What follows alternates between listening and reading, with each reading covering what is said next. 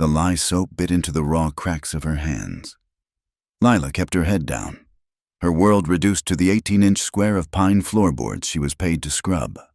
The scrape of her bristle brush against the wood was the only sound she made, a rhythmic, scratching whisper that matched the grit in her lungs. It was 1876.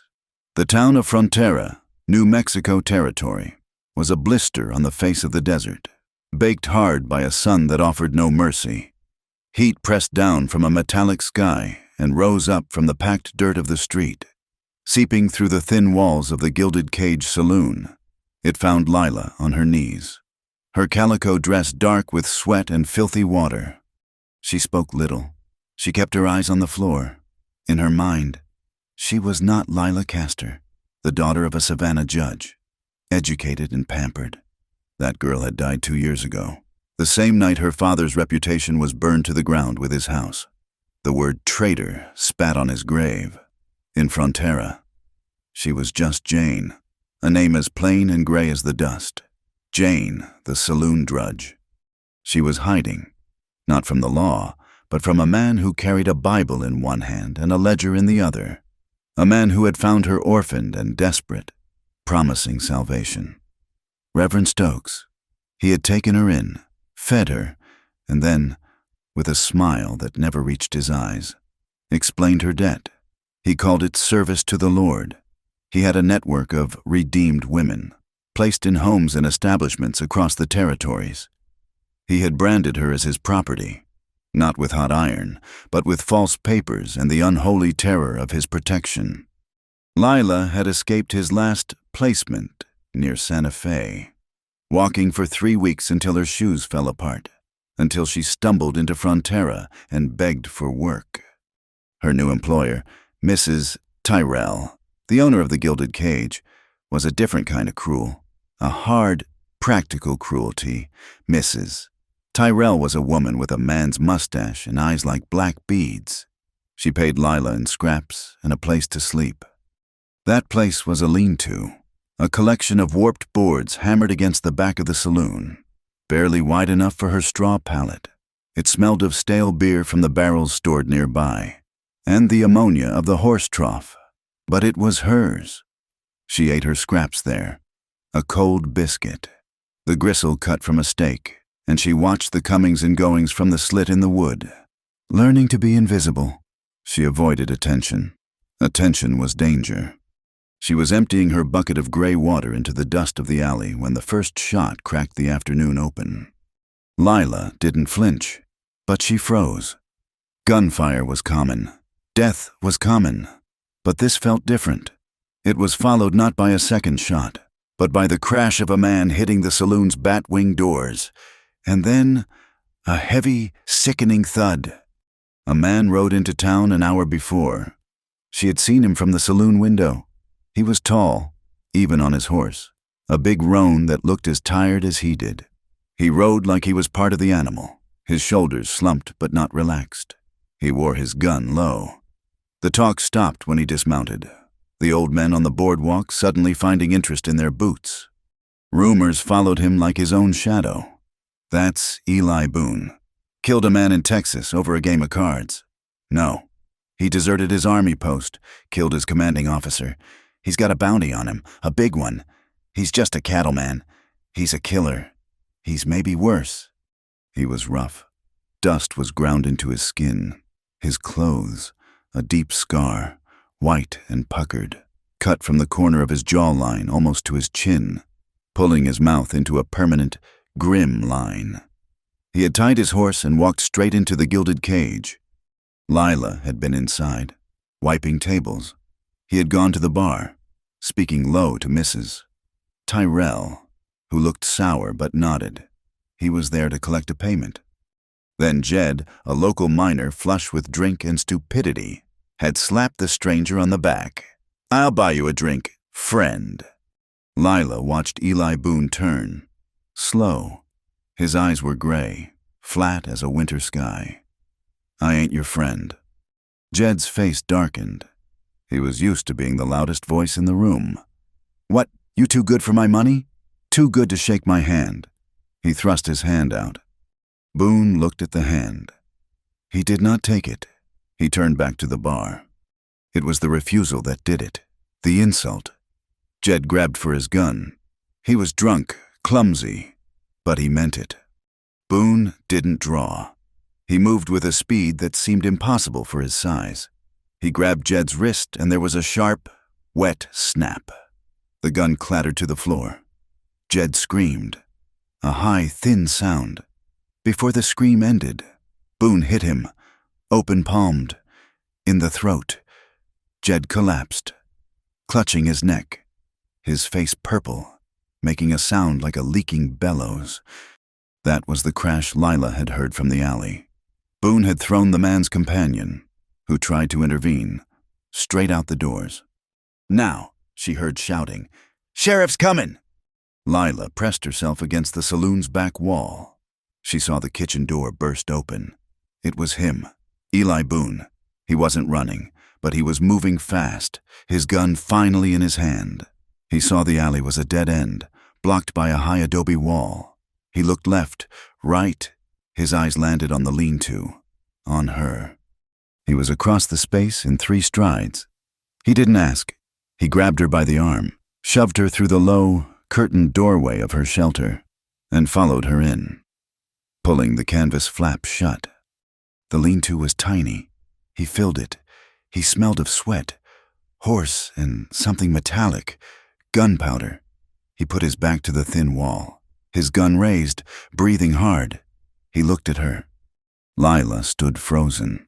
Her heart was a trapped bird against her ribs. This man was large, dangerous, a killer. He had his gun out. She was cornered. She should scream.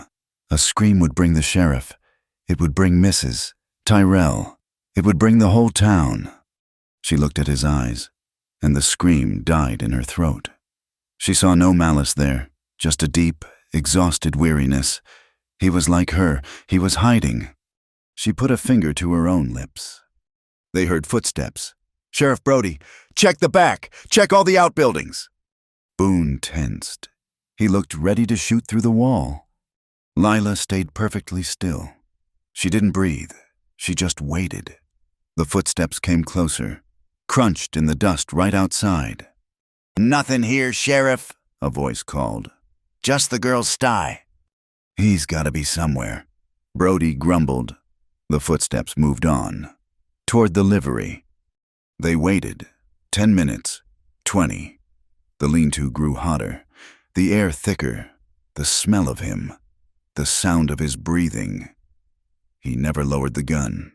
Finally, as the sun began to bleed red light into the sky, he let out a long, slow breath. He looked at her, his gray eyes shadowed. His voice was a rasp. "Why didn't you scream?" Lila met his gaze. She hadn't spoken more than 3 words at a time in months. She gave him 5. "Don't make a sound." It was her rule, the first rule of survival. He had broken it by coming to town. She had broken it by letting him live. He stared at her, the scar on his jaw tightening.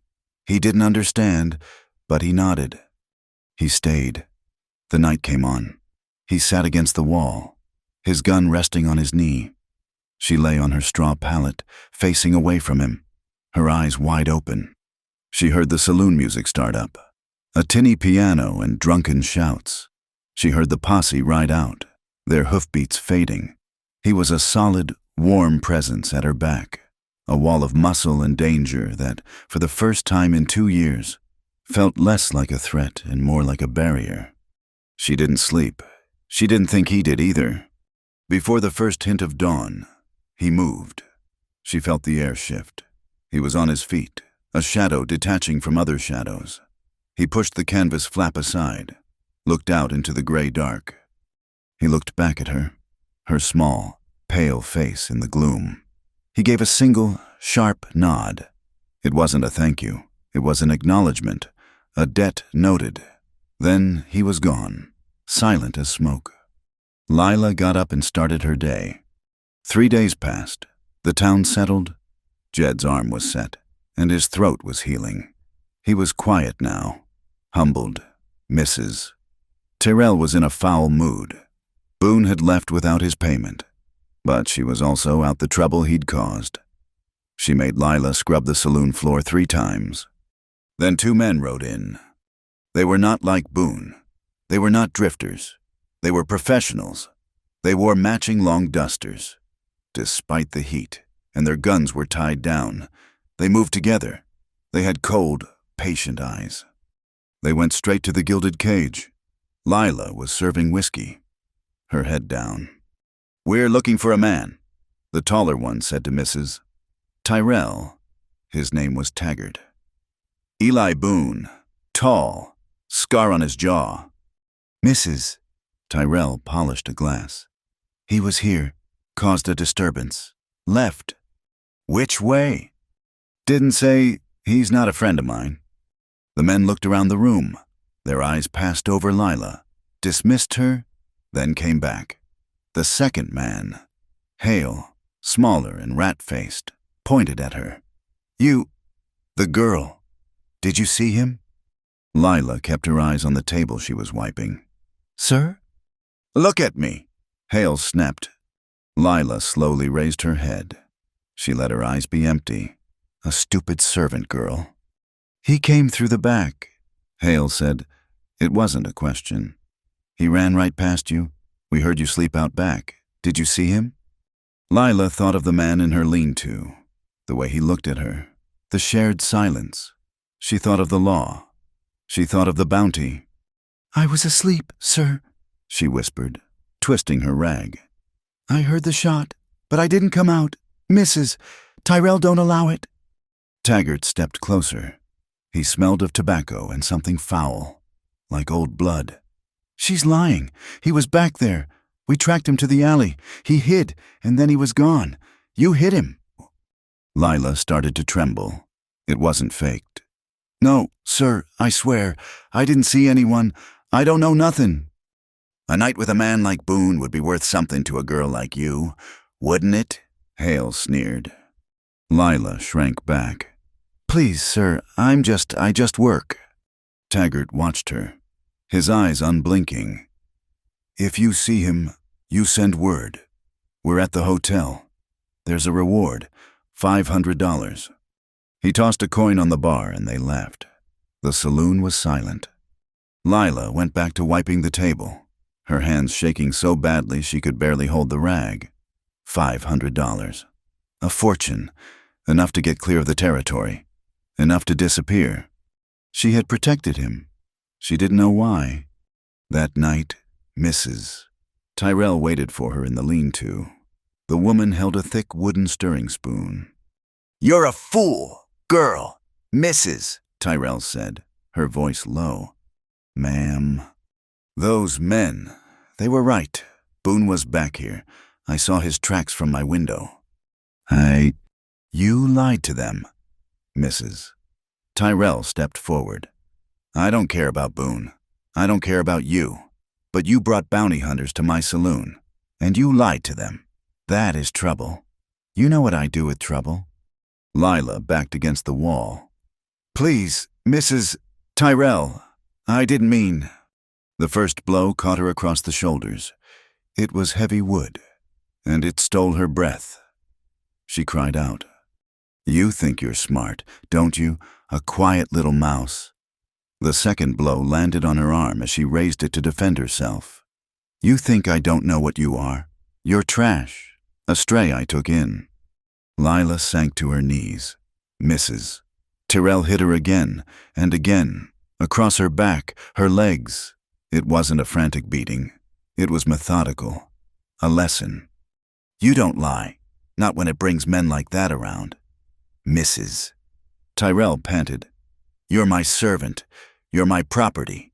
You remember that." She threw the spoon onto the pallet. "Clean yourself up. You smell, and you're working tomorrow."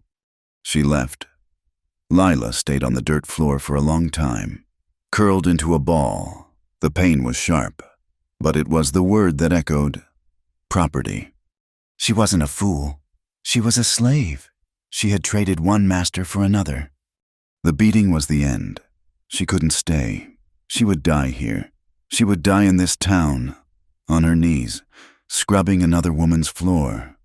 She waited until the saloon was at its loudest, well after midnight. She had a small cloth bundle, a piece of bread, a spare shift, and $6 she had saved. Coin by coin, hidden under her pallet. It was everything. She would run. She didn't know where. East, south, away from Santa Fe, away from Frontera. Just away. She slipped out of the lean-to. The alley was dark. The moon was a sliver. She moved along the back of the buildings, keeping to the shadows. She just needed to get past the saloon, to the edge of town. And then she heard the voice. It was not loud. It was rich and smooth and full of false comfort. It cut through the tinny piano music like a razor. And the Lord provides for his flock, Madame Ruth. He provides opportunities for service, for redemption. Lila stopped. Her blood turned to ice. She knew that voice better than her own. She crept to the corner of the saloon. The front window was bright. She could see inside. He was there, Reverend Stokes. He looked the same. His black coat was fine, his white collar bright. A handsome silver cross gleamed on his chest. He was not preaching. He was sitting at a table with Madame Ruth, the woman who owned the brothel on the edge of town. He was smiling, his hands clasped on the table. "She is a fine girl," Madame Ruth was saying, her voice coarse. "But she's willful. I need girls who are pliable." "The Lord's work is to break the willful spirit, Madam," Stokes said, his smile widening.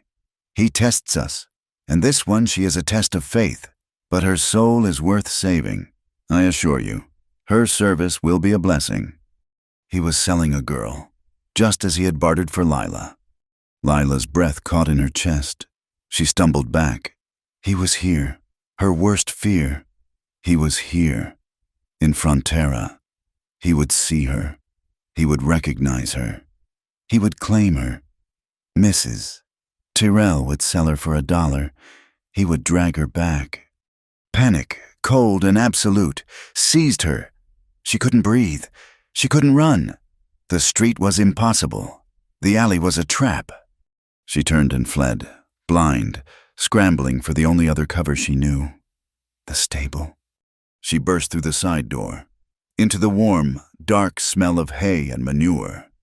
She ran past the stalls, looking for the deepest shadow, the darkest corner. She would hide in the loft.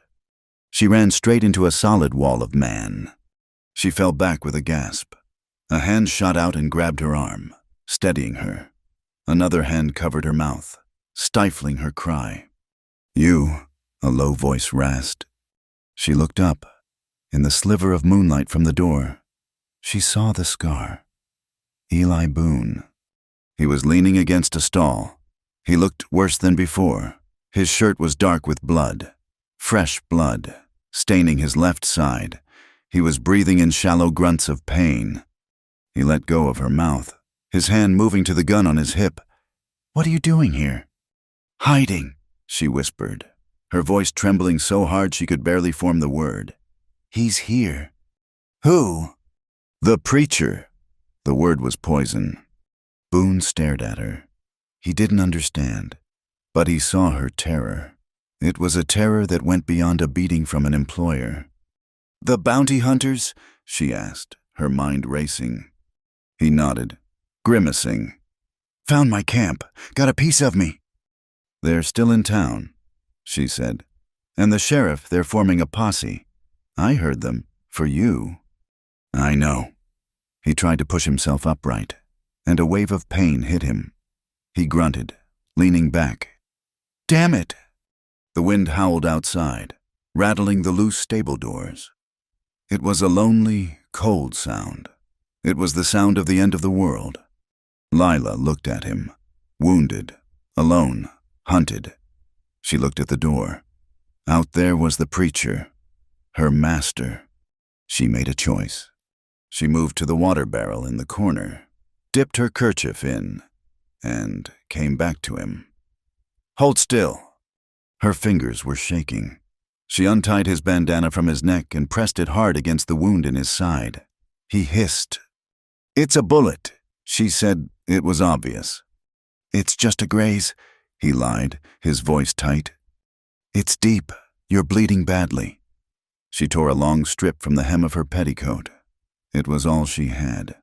She began to wrap it tightly around his waist, over the bandana, making a pressure bandage. He watched her. His eyes were sharp, cutting through his pain. Her small, deft hands, the fresh bruises on her face, dark in the moonlight. He did that to you? He asked, his voice low. The preacher. My employer. For hiding me. She didn't answer. She just pulled the knot tight. He winced. They'll check here, she whispered. The posse. They'll search the stable last. Eli Boone looked at her, this small, silent woman who had saved him twice, and who was now tending his wound while she trembled in mortal fear. He saw the marks on her face, the desperation. He heard the wind outside. He knew what it was to be hunted. But this was different. We can't stay, he said. I can't stay, she echoed, and he heard the finality in her voice. He pushed himself off the wall, his jaw set. The stable was full of horses, waiting for the morning stage. His roan was in the end stall, where he'd hidden it. He looked at Lila, at her tiny bundle of possessions, at the terror in her eyes. He knew, with a certainty that settled cold in his gut, that if he left her, she was dead. Or worse, that preacher. Eli Boone wasn't a hero. He was a deserter, a killer, a man running from his own ghosts. He didn't save people. He just survived. But he couldn't leave her. He couldn't. He grabbed his saddle. You got anyone left? She looked at him. Her family was dead. Her name was gone. Her home was ashes. There was only the preacher, and the woman with the spoon, and the men with the guns. She shook her head. No. Get the horse, he grunted, throwing the saddle over the roan's back. The roan? Cinch it. As she fumbled with the straps, he limped to the stable door, peering out. The town was still loud, but the wind was louder. They're gathering at the sheriff's office, he said. We go now, out the back. He pulled himself into the saddle, a strangled sound of pain escaping his lips. He sat there for a moment, breathing hard. Then he looked down at her. He held out his hand, a large, calloused, bloody hand. Come on.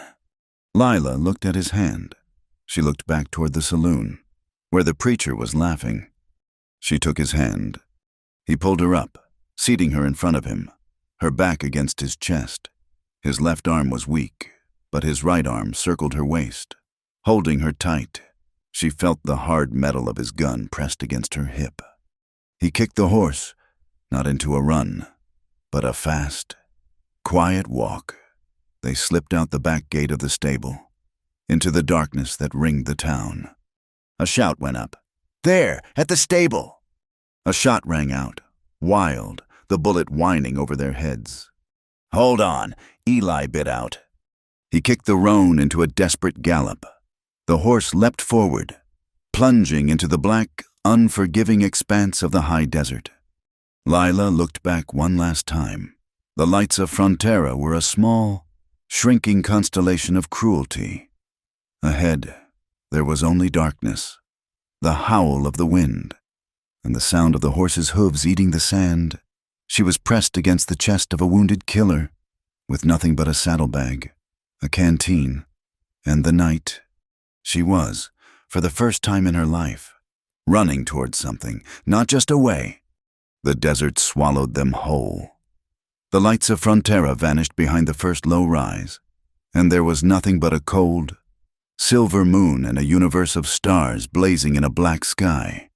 The world was shadow and rock, the wind a living thing that screamed in their ears and tore at their clothes. Eli rode the roan hard for the first hour, his body a rigid line of pain. Lila was pressed tight against him, her back to his chest, her hands clutching the thick leather of his gun belt.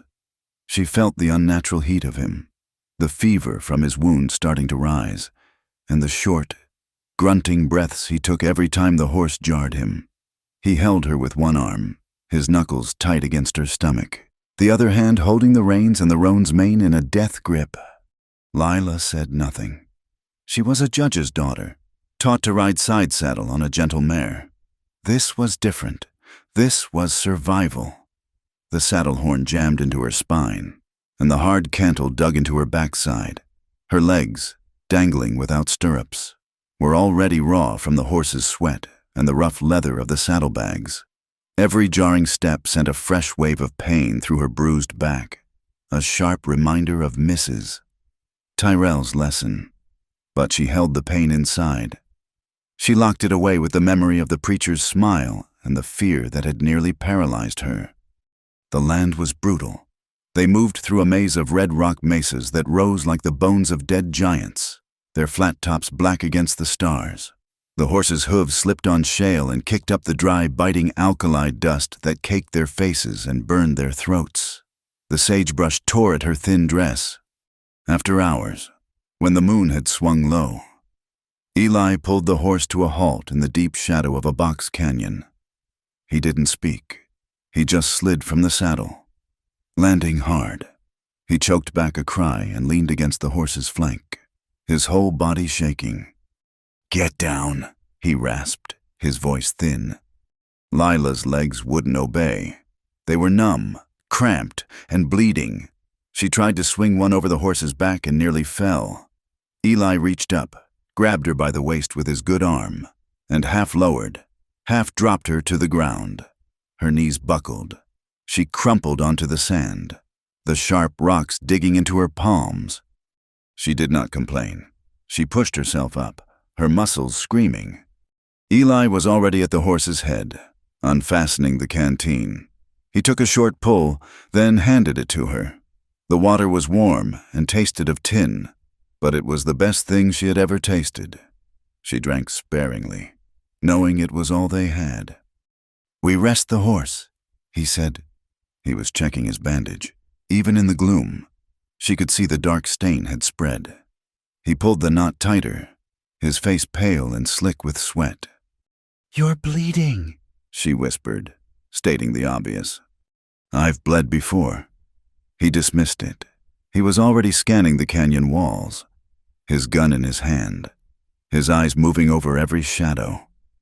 He was an animal, wounded but alert, seeing threats she could not. The night was not just empty, it was full of malice. A rattlesnake sounded its dry, paper warning somewhere in the rocks, and the horse shied. Coyotes yipped, their calls too close, laughing at the two small figures in the vast, cold dark. The freezing air settled into their bones, a damp, penetrating cold that the day's heat had only disguised. Lila pulled her thin shawl tighter. The bruises on her back ached with the chill. She sat with her back against a boulder, her knees drawn up, watching him. He did not sit. He stood, leaning against the canyon wall, a statue of wary exhaustion. He was trying to push her away, not with his hands, but with his silence. It was a silence that said, "You are a burden. You are not my concern. I am only doing this until the sun comes up." "You shouldn't have come," he said, his voice flat. I had to," she replied, her voice barely a breath. "He was there. The preacher." Eli grunted. He didn't care about her preacher. He cared about the posse. "They'll track us. Soon as it's light, they'll be on us." "Those men," Lila said. "Taggart and Hale, they're not law. They're hunters." "They're good at it," Eli said. He looked at her, his face a mask of shadows. "You slowed me down. You know that, don't you?" Lila flinched, but she nodded. "Yes.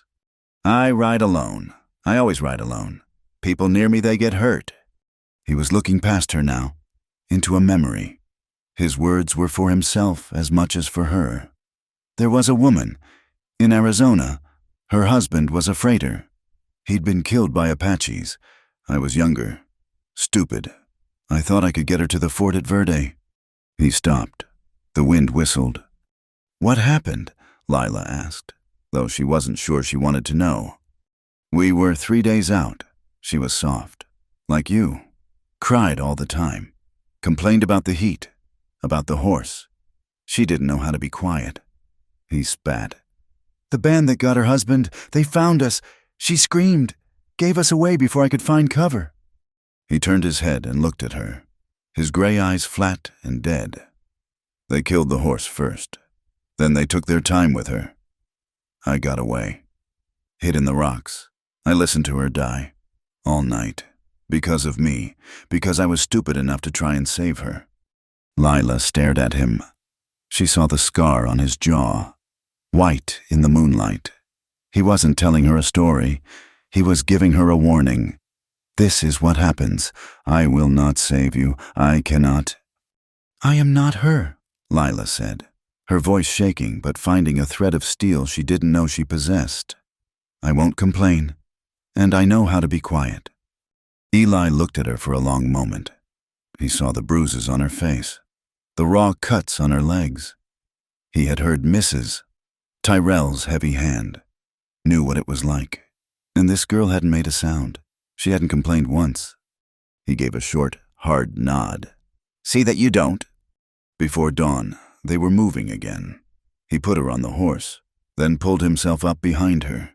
He was weaker. She could feel the shivers that ran through him, the way he slumped, catching himself before he leaned his full weight on her. His bad arm was useless. He wrapped it around her waist and held on to his own wrist with his good hand. She was, in effect, holding him on the horse as much as he was holding her. They rode east into the rising sun, seeking the broken, trackless country of the Malpais, the Badlands. It was a hellscape of volcanic rock, sharp and black, that tore at the horse's hooves, but it was hard to track. All day they rode. The sun was an enemy, a physical weight that pressed down, wringing the moisture from their bodies.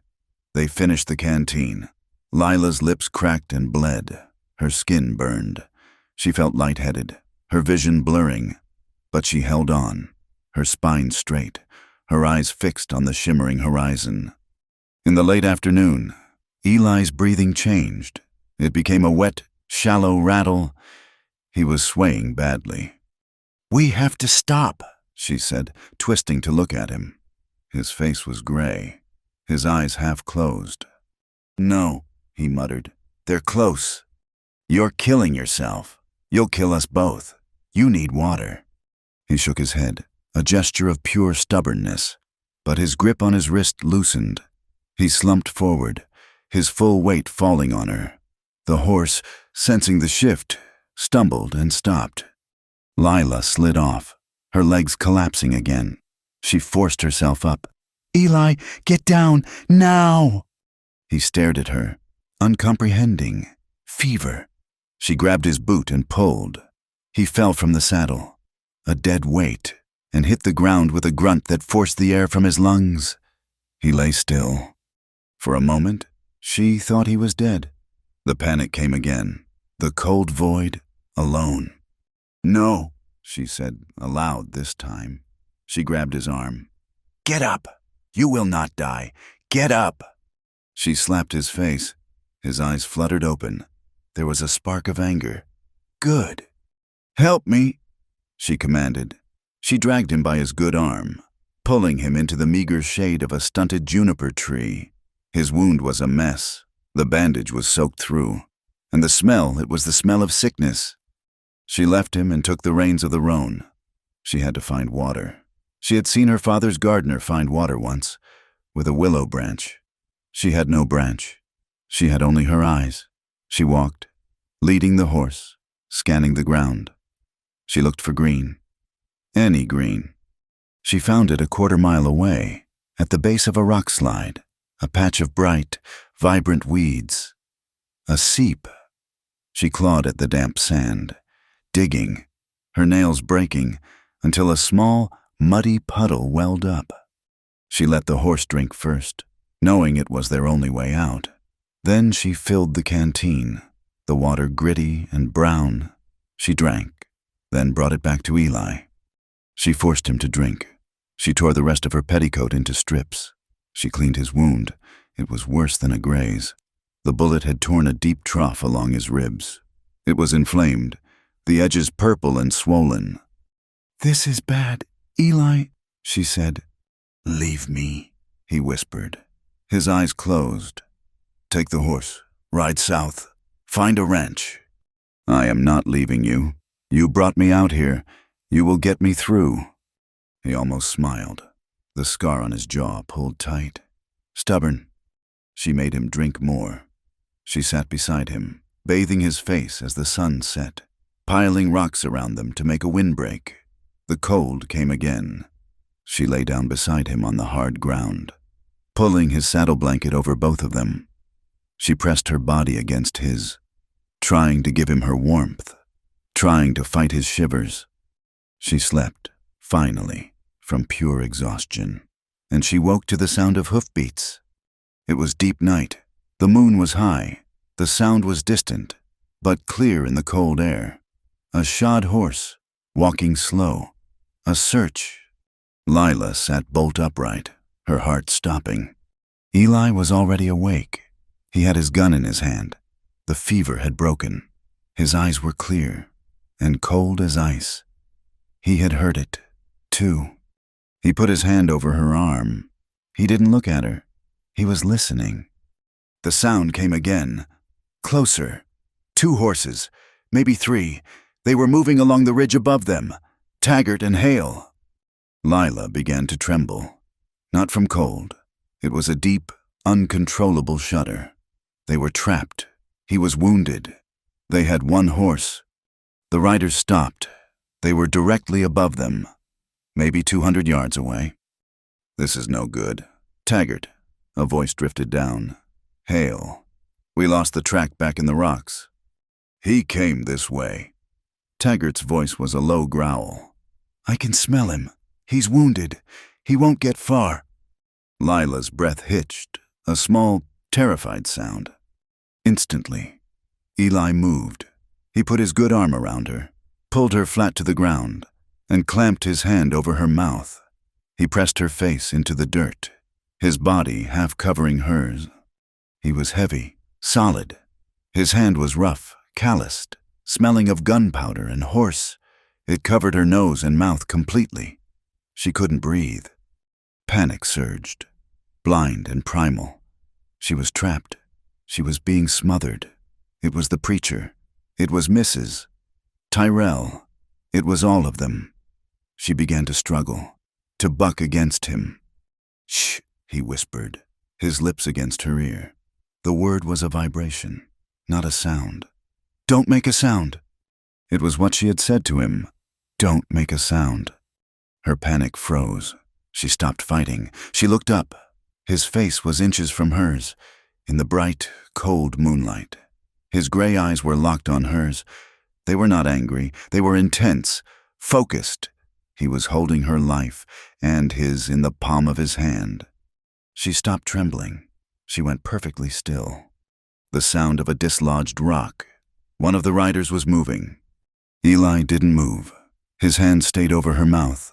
His eyes never left hers. A minute passed. 2. It was an eternity. The air was thin under his hand. Her lungs burned.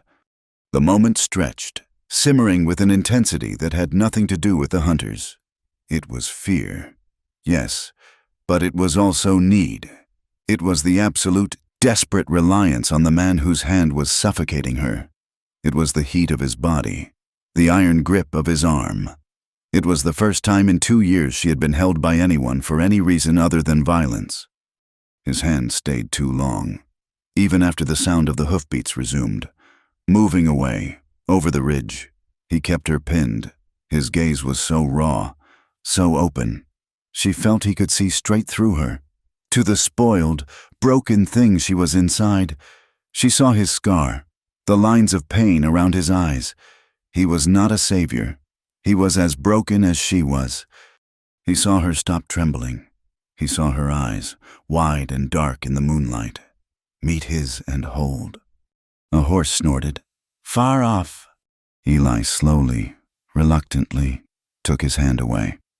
Lila gasped, dragging in the cold night air. Neither of them spoke. He didn't move away. He just eased his weight off her, his arm remaining. Nothing happened. Not yet. But the air between them had changed. It was charged, like the sky before a lightning strike. They stayed like that until dawn, and then they moved on. 2 days later, they found the way station. It was a ruin, a collection of charred adobe walls and blackened timbers, crouching in the shadow of a high mesa. It stank of old blood, stale whiskey, and something else, the faint, sweet, rotten smell of old death. What happened here? Lila whispered, sliding off the roan. Comancheros? Eli said, walking the perimeter, his gun drawn. Or maybe just neighbors. Doesn't matter. He kicked open the one door that was still on its hinges. It's shelter.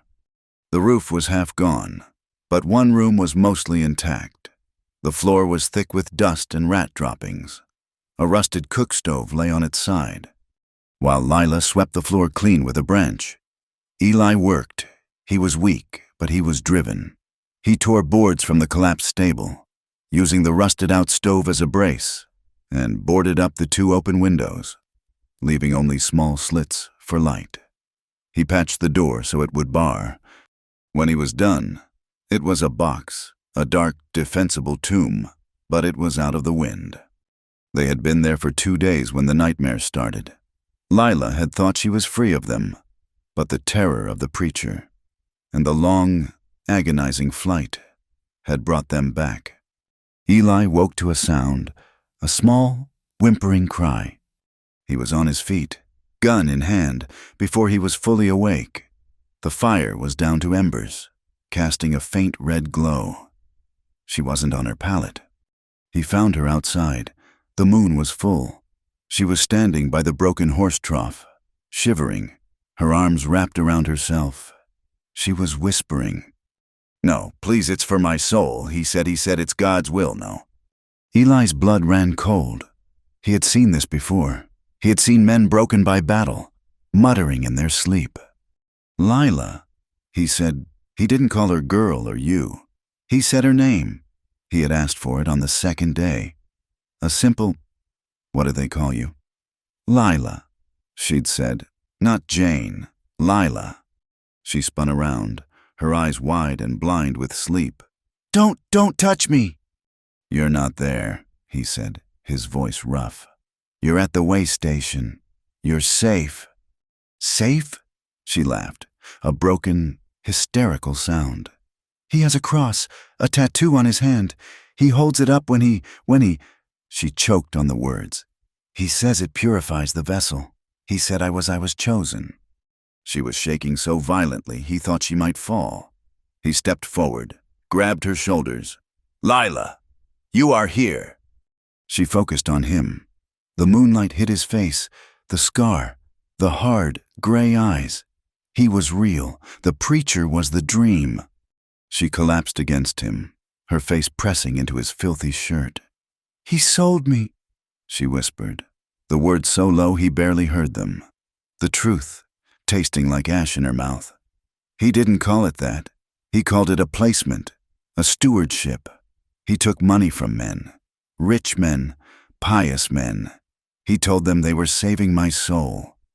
She pulled back, looking up at him, her eyes hollow. "He found me after my father died. I had nothing. He gave me food, a bed. He read the Bible to me. And then he told me I owed him. He told me my soul was in peril, and the only way to save it was through service, through obedience. Men believed they were saving me, Eli. They believed they were doing God's work as they broke me." She had never told anyone, not a single word. She stood there, trembling, waiting for the disgust, waiting for the pity. Eli Boone did not pity her. Pity was a useless, soft emotion. He had no room for it. He looked at the woman in front of him, the one who had cleaned his wound, who had found water, who had ridden for days without complaint and had not screamed when hunters were 20 feet away. He felt a cold, slow rage build in his chest, but his voice, when he spoke, was perfectly even. He reached out, not to hold her, but to put one hand on her shoulder. grounding her. "You're not there anymore," he said. It was the simplest of facts. It was not a comfort. It was a boundary. The past was done. This was now. And it was the first thing anyone had said that didn't treat her like a wound. He wasn't dismissing her pain. He was acknowledging her survival. He was speaking to the person standing in front of him, not the ghost she was whispering about. She stopped shivering. She looked at him, really looked at him. He was not a good man, he was a hard man, but he was an honest one. She nodded. "I know." She turned and went back inside, to her pallet. Eli stayed outside for a long time, watching the moon. He thought about the preacher with the cross tattoo, and for the first time in a long time, he felt something other than the urge to run. He felt the urge to hunt. He went back inside. He lay on his own pallet, across the small room. The wound in his side ached. He watched her. In the deepest part of the night, when the fire was almost out, she turned in her sleep. Her hand reached out, as if seeking an anchor in the dark. Her fingers brushed his arm. He tensed. She didn't wake. Her hand just rested there, lightly. Her fingers curled, touching the sleeve of his shirt. An unconscious gesture. Eli lay perfectly still. He felt the place where her fingers touched, a small point of heat in the cold room. He should move. He should pull his arm away. She was broken. She was trouble. She was the woman in Arizona all over again. But he didn't. He let her. He closed his eyes and, for the first time in a week, he slept. The hand that had brushed his arm in the night was gone by morning. When Eli opened his eyes, she was already across the room, feeding twigs into the rusted stove. The silence of the way station was absolute, a heavy, cold blanket. Then he heard it, a low, whistling moan. It was not the wind he had come to know, the dry, sandy breath of the high desert. This was something new, a high, thin shriek that was building from the north. He got to his feet, his side protesting.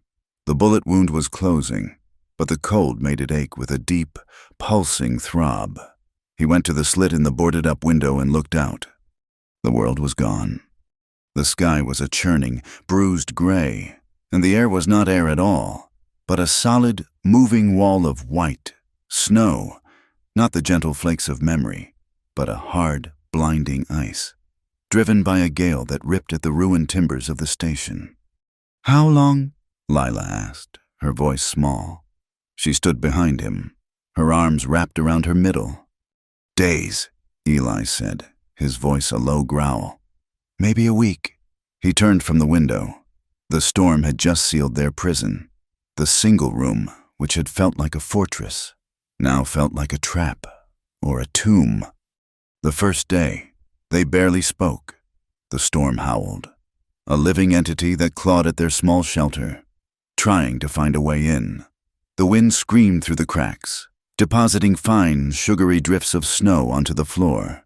They huddled by the stove, which consumed their small pile of firewood at an alarming rate. The world shrank to the four walls, the glowing red eye of the stove, and the sound of the wind. The tension, which had been a thin wire between them, now thickened, became the very air they breathed. They fell into a routine born of necessity. Each morning, Eli would bundle himself in his duster and the one-horse blanket, take his rifle, and step out into the white hell. He would be gone for hours, fighting the drifts, checking his snares. He came back caked in ice, his beard and eyebrows white, his scar a raw, angry red. He always brought something, a pair of rabbits, a scrawny prairie chicken. Lila would take the rifle from his numb hands. She would take the frozen animals. He would sit by the stove, his body shuddering, and she would hand him a tin cup of hot water, melted from snow she'd gathered in a bucket. Their fingers would brush. The first time, she had pulled her hand back as if burned. The second time, the third time. Neither of them moved. His cold, rough fingers grazed her knuckles. He looked at her. his gray eyes unreadable, and she held his gaze. A question was asked, and an answer given, all without a single word. She cleaned. It was a fight against the encroaching chaos. She swept the dust and snow into one corner. She mended her torn dress with a small kit from his saddlebag, her stitches small and neat. He watched her. He sat cleaning his pistol, the metallic click, click, click, the only sound besides the wind. He watched her fingers move, the way she bit her lower lip in concentration. She was precise. She was focused. She was not the broken thing she had described in her nightmare. Supplies ran low. The small bag of flour she had found in his saddlebag was gone. Used to make flat, gritty cakes cooked on the stovetop. The coffee was gone. They were down to salted jerky, which they chewed slowly, and the meat he brought in. The hunger was a constant, dull ache. It sharpened their senses. The smell of him, all leather, sweat, and cold air, filled her lungs. The sight of her pale face smudged with soot, her hair coming loose from its bun, became the only thing he saw. His glance lingered. When she bent over the fire, he would watch the line of her back, the curve of her neck. When she passed him, he would turn his head, following her with his eyes. Her hand stayed longer. When he returned, his duster heavy with ice, she would help him pull it off. Her hand would rest on his shoulder, his arm longer than was necessary. A small, firm pressure. It was not a caress. It was an anchor. You are back. You are here. He did not shrug her off. He began to lean into the touch, just slightly. One afternoon, he was gone longer than usual. The storm had lessened, but the world was buried in white. The drifts piled high against the door. Lila paced the small room. She looked out the window slit, seeing nothing but blinding white. An hour passed, then two. A new fear, cold and sharp, began to work its way under her ribs. It was not the fear of being alone. She was used to that. It was not the fear of the bounty hunters or the preacher. This was a specific, hollow ache. The thought of him, lost in the snow. The thought of him, wounded. The thought of him, not coming back. It was the first time in her life she had felt fear for someone else. It terrified her. Just as the light began to fade, the door burst open. He fell in, a tangle of limbs and blood, followed by a blast of snow. Eli! She ran to him, dropping to her knees. He was a mess. His face was scratched, his lips split, but it was his left arm and chest that were truly bad. His heavy coat was shredded, and blood, bright red against the snow, was everywhere. "Cougar!" he gritted out, pushing himself into a sitting position against the wall. He was breathing in harsh, tearing gasps. "Got the rifle, but it got me first." "Sit still." Her voice was not the whisper he was used to. It was sharp, commanding. The judge's daughter, who knew how to handle a crisis, had returned. She ran to the stove, put more snow in the bucket to melt. She grabbed the whiskey from his saddlebag, his medicine. He called it, and a clean rag. "This is going to hurt," she said. "Just do it."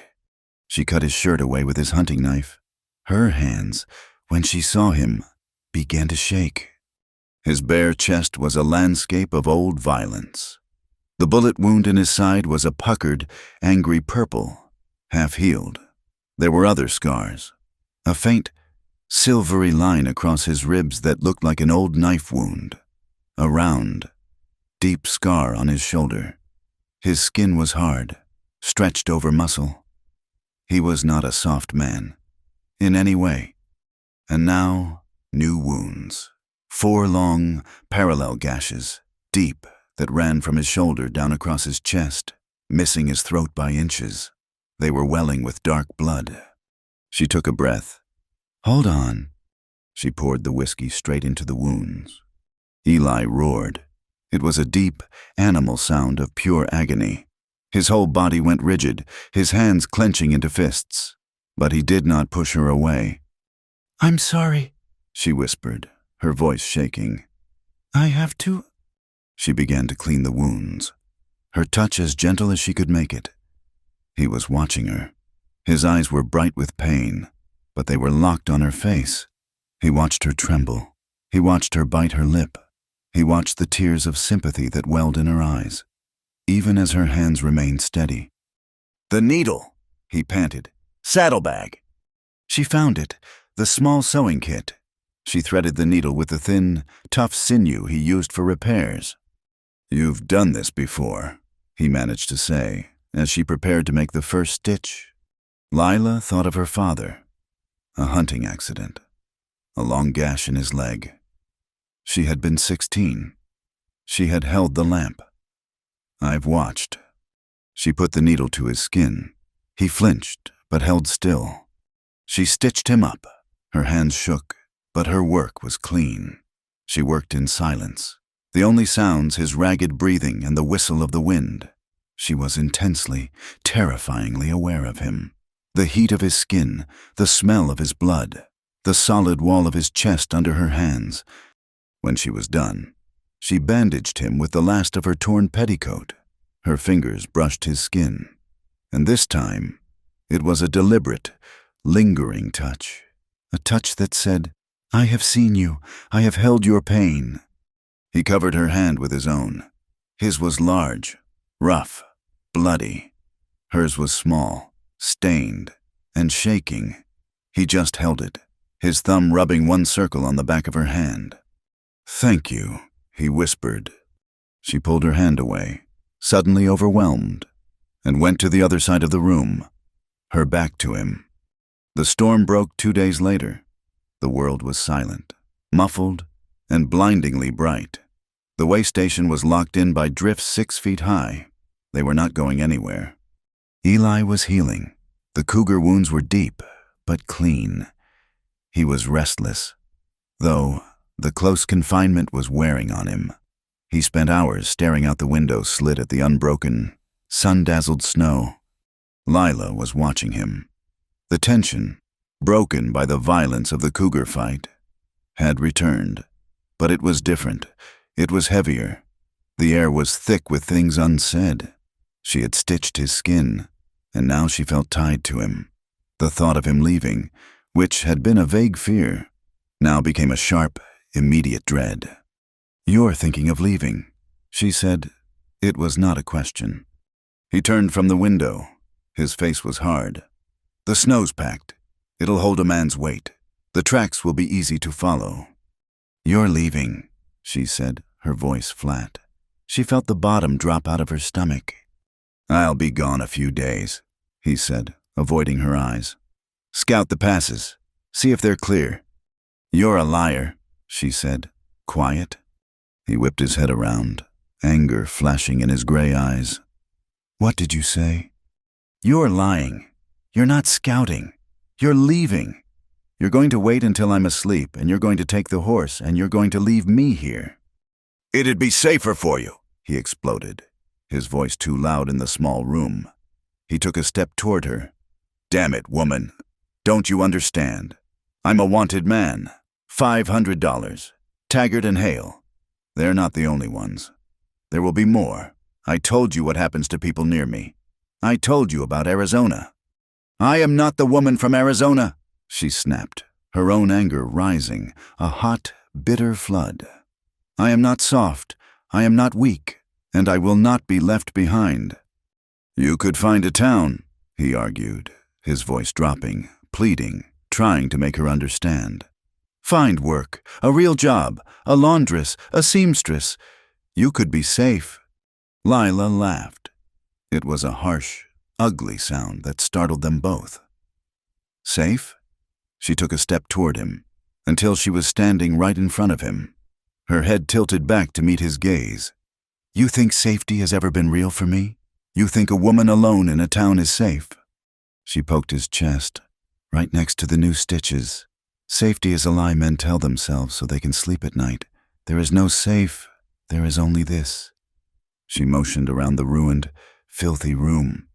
There is only hiding, there is only running, there is only this. He stared at her, stunned into silence by her fury. I saved your life, she whispered, her voice trembling with a sudden, raw vulnerability. I found water. I stitched your skin. I did not scream. I am not your burden. Eli, I am here. You don't get to leave me. He had no answer. She had spoken the truth. A truth so bare and sharp it cut him deeper than the cougar's claws. He was tied to her. He had pulled her up on his horse. He had let her tend his wounds. He had let her sleep with her hand on his arm. He couldn't cut her loose now, any more than he could cut off his own hand.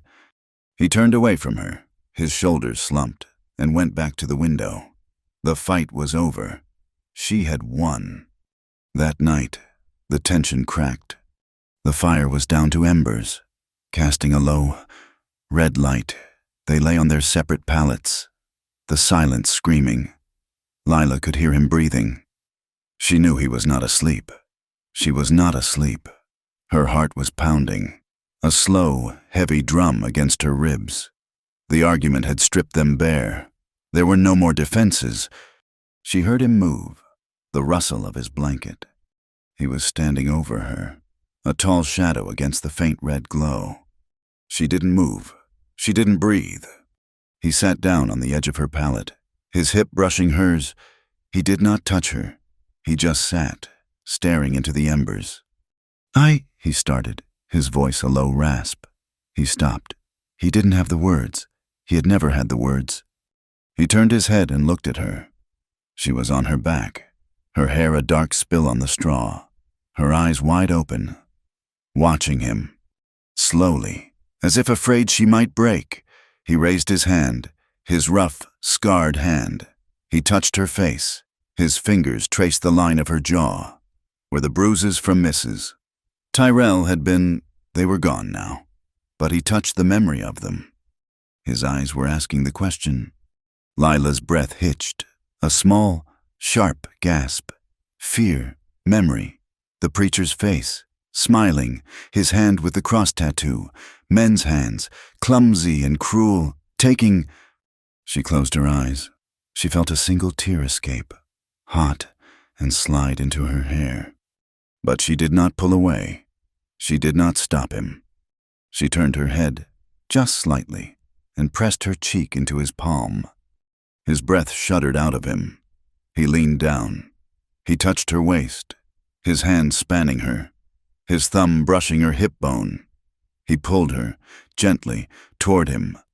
She came off the pallet, onto her knees, in front of him. He was sitting, she was kneeling. They were eye to eye. He touched her lips with his thumb. "Lila," he whispered. And then he kissed her.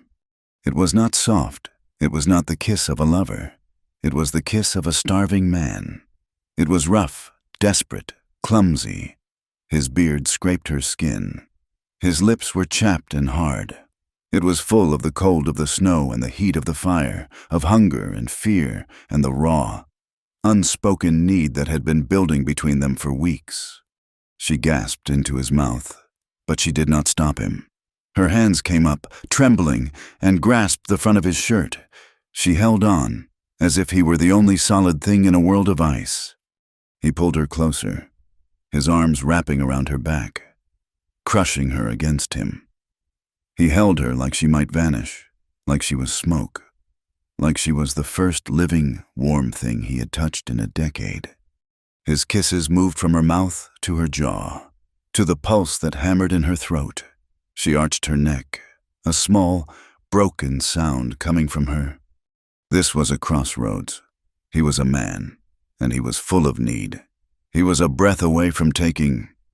"Eli," she whispered, a plea, a warning. He stopped. He pulled back, his forehead resting against hers. He was shaking. I won't," he panted. "I'm not them." "I know," she whispered.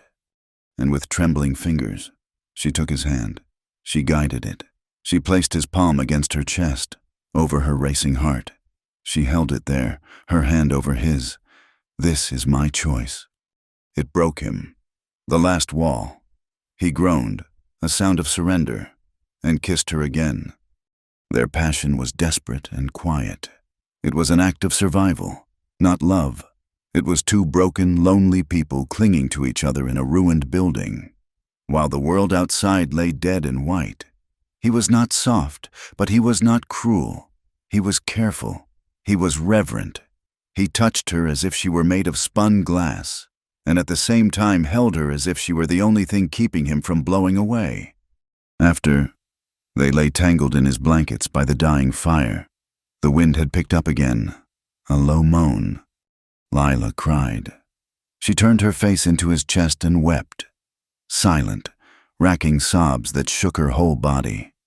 He tensed, his hand freezing on her back. He had hurt her. He was just like them. No, she whispered, feeling him pull away. She grabbed his arm, held him. No, it's not regret. He didn't understand.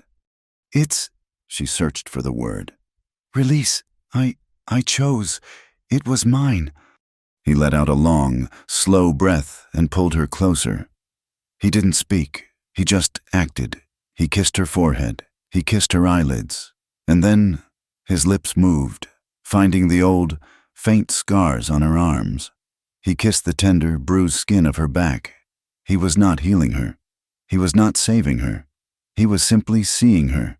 He was kissing the map of her pain and honoring her for surviving it.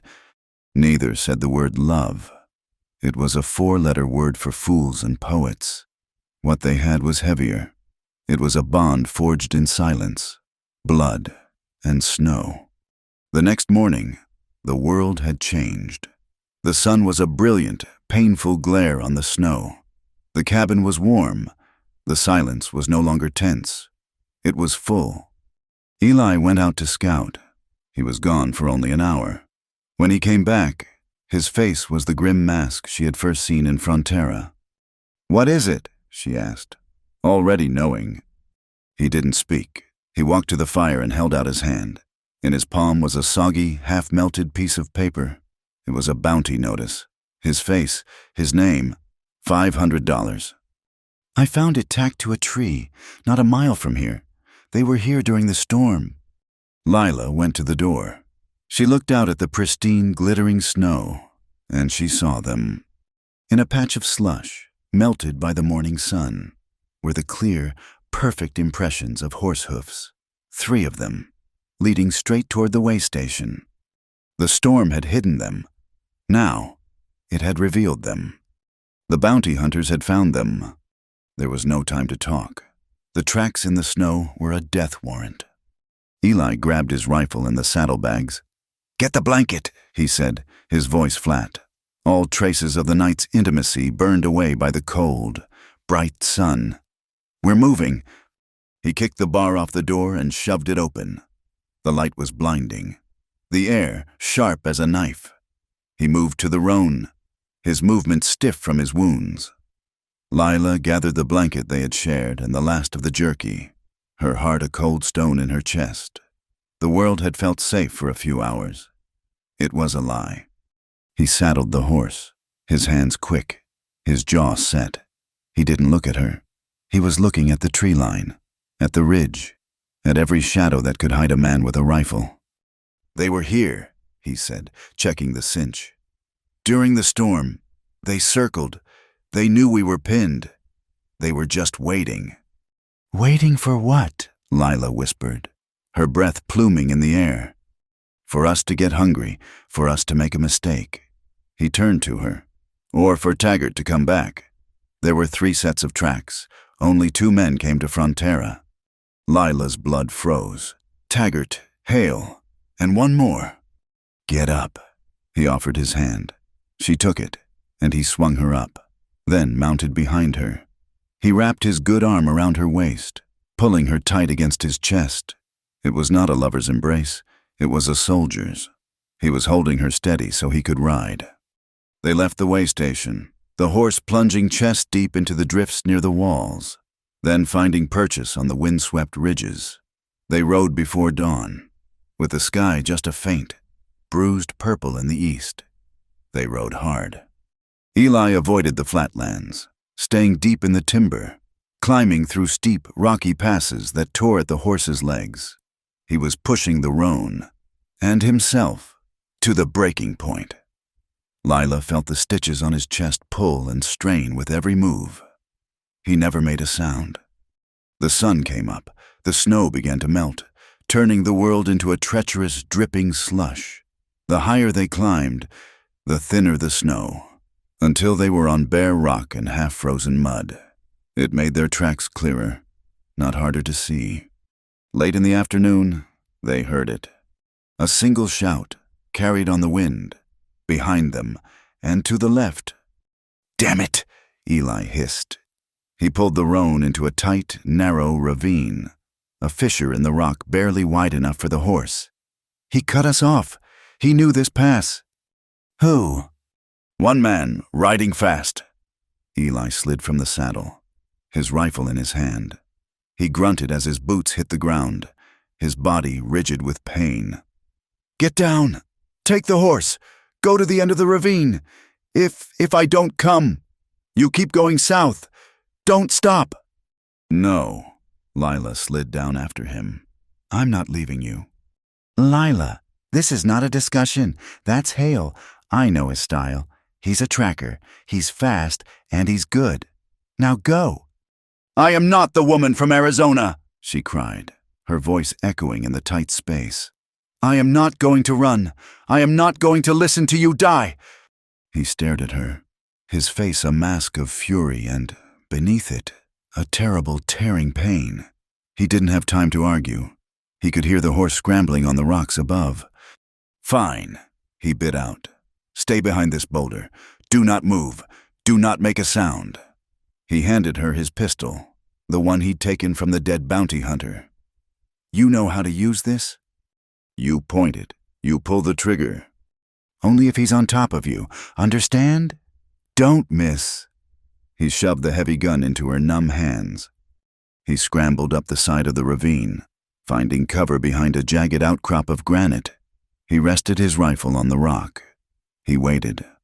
Lila pressed her back against the boulder, her heart hammering so hard it hurt her ribs. She held the pistol with both hands. It was cold, heavy as a gravestone.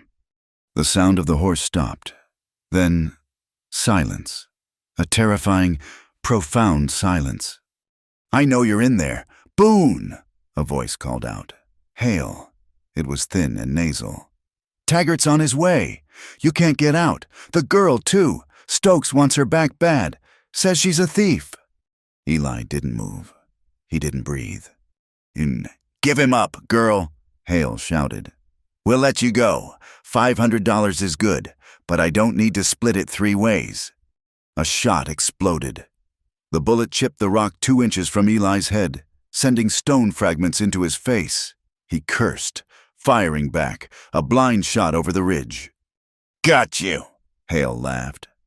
Lila heard a scramble of boots on rock. Hale was moving, flanking them. Eli raised his rifle again, trying to find him. His left arm, the one wounded by the cougar, was shaking. He couldn't hold the rifle steady. The long ride, the cold, it had taken its toll. He tried to brace it, but the angle was wrong. "He's coming," Lila whispered, her voice shaking. She could see him. A flash of movement through the pines, to their right. "He's coming around." Eli shifted, gritting his teeth. He tried to swing the heavy rifle barrel. He was too slow. Hale stepped out from behind a tree, not 50 yards away. He was smiling, his rat-like face triumphant. He raised his pistol, taking his time, aiming it straight at Eli's exposed chest. "This is the end, Boone," Hale said. Lila stepped out from behind the boulder. "Eli!" she screamed. Hale turned, surprised. His smile widened. "The girl." He swung his pistol toward her. It was an easy shot. Lila raised the pistol with both hands. She didn't aim. She just pointed it at the center of his chest, at the man who had sneered at her in the saloon, the man who was here to drag her back, to drag Eli to a rope. She saw the preacher's face. She saw Mrs. Tyrell's spoon.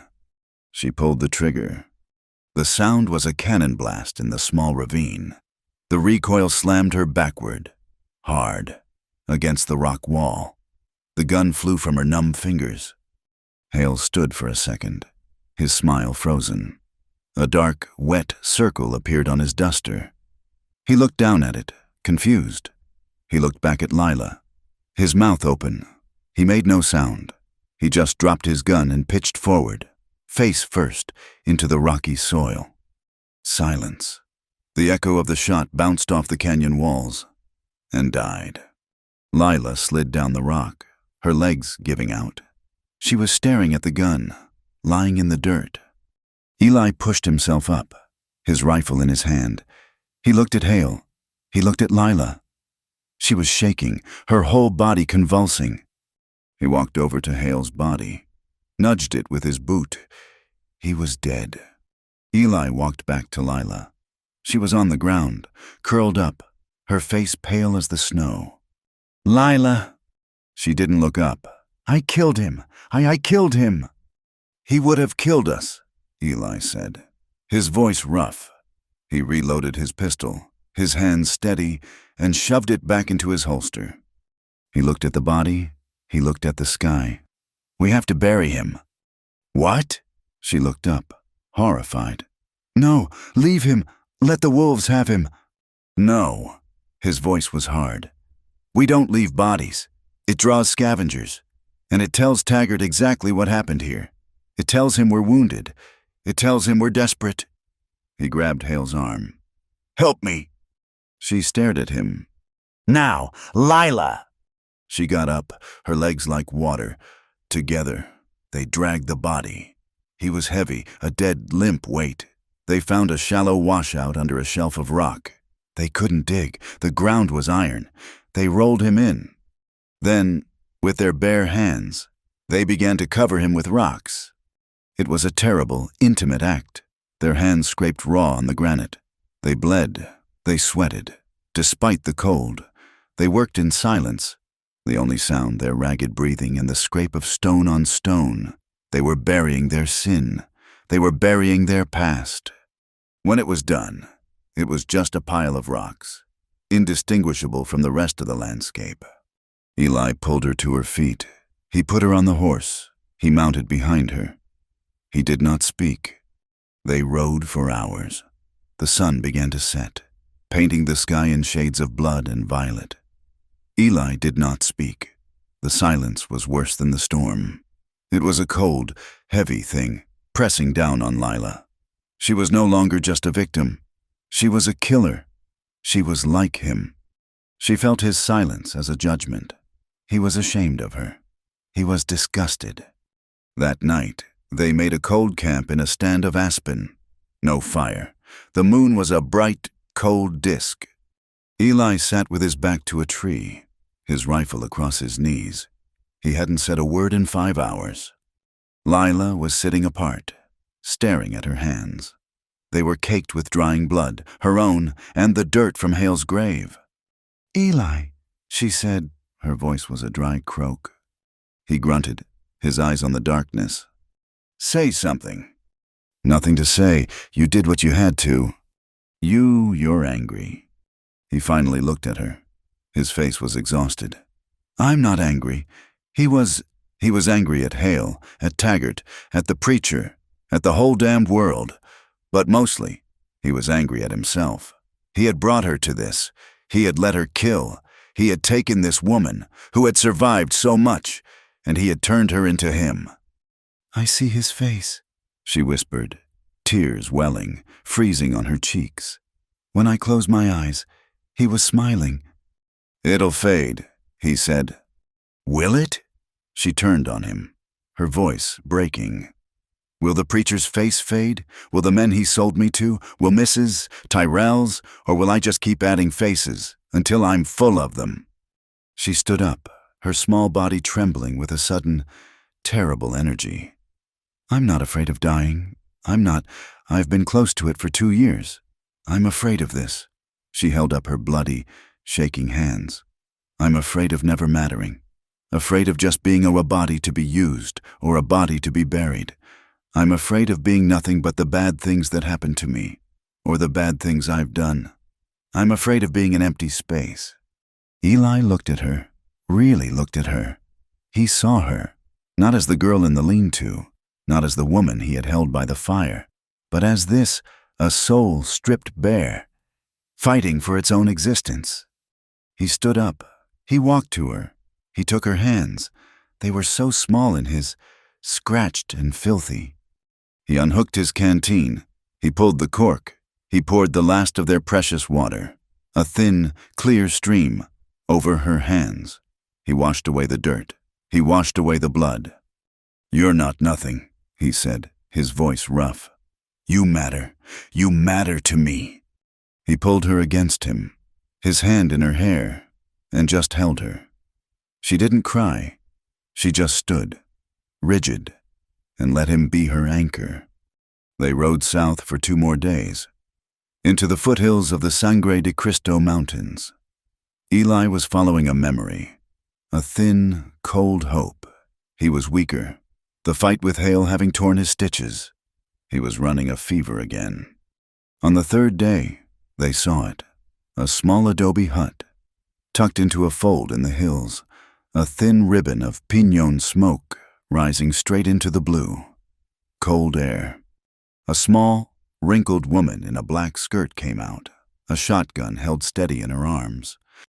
"That's far enough," she called, her voice clear as a bell. Eli slid from the horse. He stumbled, but caught himself. "Tia Inez," he said, his voice hoarse. The woman squinted. Her black eyes widened. "Elias." She lowered the gun. "Madre de Dios, you look like hell. Mijo." She bustled forward. She was a tiny woman, but she moved with the energy of a hummingbird. She looked at Eli's pale, sweat-soaked face. She looked at Lila, who seemed to be held on the horse by sheer will. "You bring trouble," Inez said, but she was already grabbing the horse's bridle. "Always. You bring trouble. Get inside, both of you." The hut was 1 room, warm, and cleaner than any place Lila had been in years. It smelled of chili, baking bread, and rosemary. Inez sat Eli on a stool, ripped open his shirt, and clucked her tongue at the inflamed cougar wounds. "You are a fool, Elias, like your father." "It's good to see you, too, Tia," he rasped. Inez gave Lila a look, her eyes sharp and assessing. She saw the girl's torn dress, the exhaustion, the old scars on her arms. "You," she said, pointing to a bowl of hot stew on the table.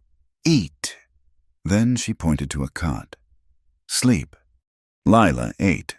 The stew was thick with mutton and green chili, and it was the best thing she had ever tasted. She ate, and then she fell onto the cot and was asleep before her head hit the pillow. She woke to Inez's voice. The old woman was stitching Eli's chest, her fingers quick and sure. "This is bad work, Elias." Inez was scolding him. "And this is a bad choice." She nodded toward Lila. "She is not your kind." "She's fine," Eli said, his voice tight with pain. "She is soft, wounded. And you are a wolf. You will eat her." "She saved my life," Eli said, his voice low and dangerous. "Twice. Don't talk about her." Inez stopped. She looked at him. "Ah, it is like that." She tied off the stitch. "Then you are in more trouble than I thought." That night, Inez gave Lila a cup of hot, sweet tea. Eli was already asleep by the fire, breathing deeply for the first time in weeks. "He is a good boy," Inez said, sitting across from Lila. "But he is his mother's son. He feels too much. And he is his father's son. He runs from it." "He has been running a long time," Lila said, cupping the warm mug. "And now, you run with him." Inez's black eyes were soft, but searching. "I saw how you look at him, like he is the last good thing on earth. And I see how he looks at you, like he is afraid to touch you and more afraid not to." Inez leaned forward, her wrinkled hand covering Lila's.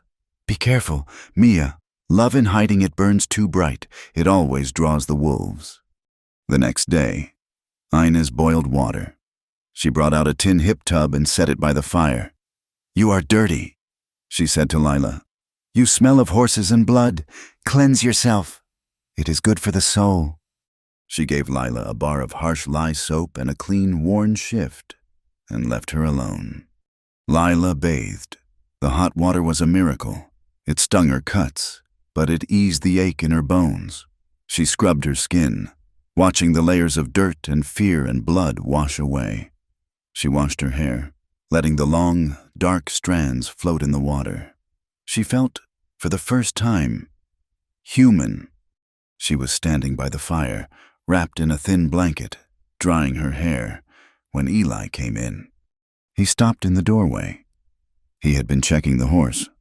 She was standing in the firelight, her hair damp and curling on her shoulders. Her skin was pale, clean. He could see her clearly. The faint, silvery lines on her arms, a puckered scar on her shoulder blade, the map of her past. She saw him looking. She did not grab the blanket tighter. She did not turn away. She did not hide. She had been seen in darkness, in fear, in violence. She let him see her in the light. She stood, vulnerable but not weak, and met his gaze. He walked to her. He stood so close she could feel the heat from his body. He looked at her scars. He looked at her face, clean of soot and terror. He raised his hand, the one that had held hers while they buried Hale. He touched her cheek. "You're not broken," he whispered, his voice thick. She closed her eyes, leaning into his touch. "Neither are you," she said. They stayed with Inez for 3 days. They ate, they slept. Eli's wounds began to heal, the redness fading. Lila helped Inez cook, her hands slowly remembering the motions of a life before. They were quiet. It was a fragile, wounded peace. On the 4th day, Inez rode to the small pueblo nearby for supplies. She came back at a gallop, her face a thundercloud. "The wolves are here," she said. She threw a piece of paper on the table. It was not Eli's bounty. It was a poorly printed notice, a reward of $100, for the arrest of a woman known as Jane, for the theft of church property, a silver chalice and donation money, from the Gilded Cage Saloon in Frontera. It was signed by Reverend Thaddeus Stokes, of the Church of the Redeemed Pilgrim. "He is in Las Cimas," Inez said, her voice sharp. "A mining town, 2 days north, a place of deep sin. He is preaching on the street and in the cantinas. He is telling everyone how this harlot betrayed his trust. He is using religion to buy men. He wants his property back." Lila stared at the paper. Stolen church property. He was hunting her. He had branded her a thief, a harlot, to reclaim his slave. Eli took the paper. He read it. His face became stone. He crumpled the notice in his fist, his knuckles white. That night, he stared into the fire, the crumpled paper still in his hand. Lila sat beside him, watching him. "We can't," he said, his voice quiet. "Can't what?" "Keep running. Taggart is still out there. Now this preacher, he has a name. He has a network. He won't stop. They will hunt us. They'll hunt us forever. Running is just a way to die tired." He turned to her, his gray eyes clear and hard. "I've been running my whole life. From the army, from the bounty, from Arizona. I'm done. Eli, I have to face him," he said. "This preacher, Stokes, I have to stop him." Lila's heart thudded. He was doing this for her. He was turning to fight his own demons, but he was aiming them at hers. "He's not your fight, Eli," she said softly. "He's mine." "He put a price on your head," he said, his voice a low, cold growl. "He called you his property. That makes him my fight." She stood up, and he looked up at her. She was not the trembling girl from the lean-to. She was the woman who had killed Hale, the woman who had bathed in the firelight. "Then I will stand beside you," she said, her voice steady. I will not hide in a hut while you fight for me. I am done being hidden. I am done being safe. He is my sin. Eli, I will face him with you." He looked at her for a long moment. He saw the steel in her spine. He nodded. "Once." "All right, together." The next morning, they prepared for war. Inez gave them food, more than she could spare. She gave Eli a second pistol, old but clean, and a box of cartridges. "This is foolishness," she grumbled, but her eyes were proud. Lila and Eli sat by the fire, saying little. They stitched the extra ammunition into the lining of Eli's saddlebags, hiding it. They were a team, silent, focused. When it was time to go, Inez held Lila's face in her wrinkled hands. "Vaya con Dios, Nina. Go with God. Be stronger than he is. He needs your strength." She turned to Eli and hugged him hard. "Do not be your father. Elias, he was a runner. Be your mother's son. Be the man who stays." Eli's throat was tight. He just nodded. He helped Lila onto the roan, then mounted behind her. They rode out of the small, safe valley, onto the high, cold road that led to Las Cimas. The air was sharp and clear. The mountains stretched out before them, vast and unforgiving. They rode in silence for the first hour. "My name," Lila said, her voice clear in the cold air. Eli turned his head, his chin brushing her hair. "It's not Lila. Not really. That was my mother's name, a nickname. He used it. He said Jane was for service, but Lila was for him." She took a deep breath. "My real name is Lila Castor." She said it, the name of the judge's daughter, the name she thought was buried in ashes and shame. Eli Boone did not pause. He did not ask questions. He simply processed the name, accepted it, and handed it back to her. Clean. "It's yours again now," he said. Las Cimas was not a town. It was a wound in the earth, raw and festering. It clung to the side of a mountain, a chaotic spill of raw pine shanties, muddy tents, and false-fronted buildings. The boom was on, and the air was thick with the smell of sulfur, pine sawdust, and the metallic tang of new money. Men from everywhere swarmed the single, boot-churned street. Irishmen, Chinese, failed prospectors, and hard-eyed men who had never held a pick in their lives. It was a town where a man could disappear for the price of a whiskey, and where the only law was the speed of a man's hand. Eli rode the roan slowly down the main street, his eyes moving constantly. He was a thundercloud in the middle of a carnival, his face grim, his hand never far from his gun. Lila sat in front of him, her back straight. She, too, was watching, but she was watching the faces. Every man in a dark coat, every tall man with a confident walk, sent a spike of ice through her. They found a room at the back of a livery stable, paying the owner with one of the few silver dollars Inez had pressed into Eli's hand. It was not a room. It was a glorified closet, smelling of hay and horse liniment, but it had a door that barred. "You stay here," Eli said. He took off his gun belt and began checking his pistols, reloading the one Lila had used. "No," she said. He stopped, his hands full of cartridges. "Lila, this is not Frontera. This town will eat you alive. You're not safe." "I am not safe anywhere," she said, her voice quiet but unbending. "Not without you, and you are not safe without me. I am not hiding. I am not waiting to be told what happened. We came here together. We will find him together." He looked at her, the judge's daughter, the girl from the lean-to, the woman who had washed his wounds and buried a man. She was right. He couldn't protect her by hiding her. The only way out was through. He nodded, held out Inez's pistol. "But first, keep this out of sight, but keep it in your hand." She took it, hiding it in the folds of her skirt. They found him on the corner, just as Inez had said. He was standing on a wooden crate, a large, open Bible in his hand. A crowd of perhaps 20 miners and a few hard-looking women stood watching him. their expressions a mix of scorn, curiosity, and a strange, grudging fear. Reverend Thaddeus Stokes was a performer. His black coat was clean, his white collar stark. A polished silver cross hung on his chest, gleaming in the weak mountain sun. His voice was beautiful, a rich, rolling baritone that cut through the noise of the town. "And the sinners," he boomed. "They shall be cast out. The liar, the harlot, the thief.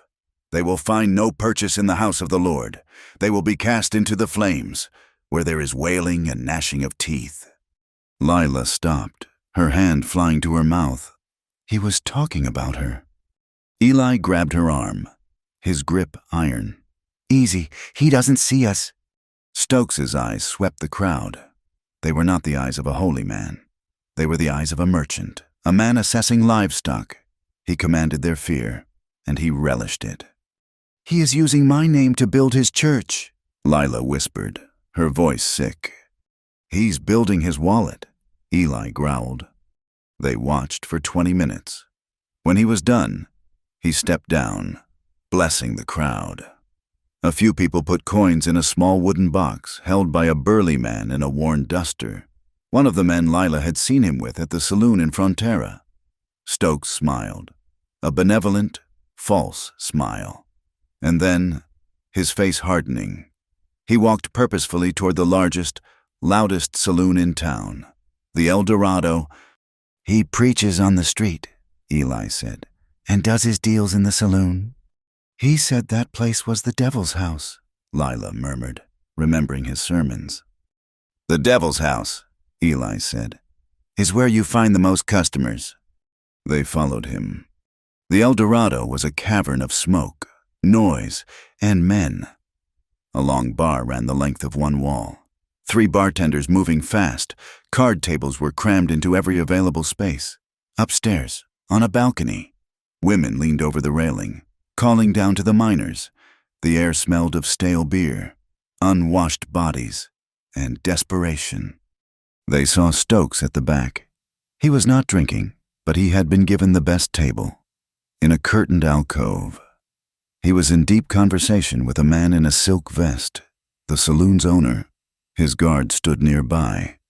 Eli and Lila took a small table near the wall, Eli facing the room. A serving girl came over. Eli ordered a beer he didn't touch and a water for Lila. They watched.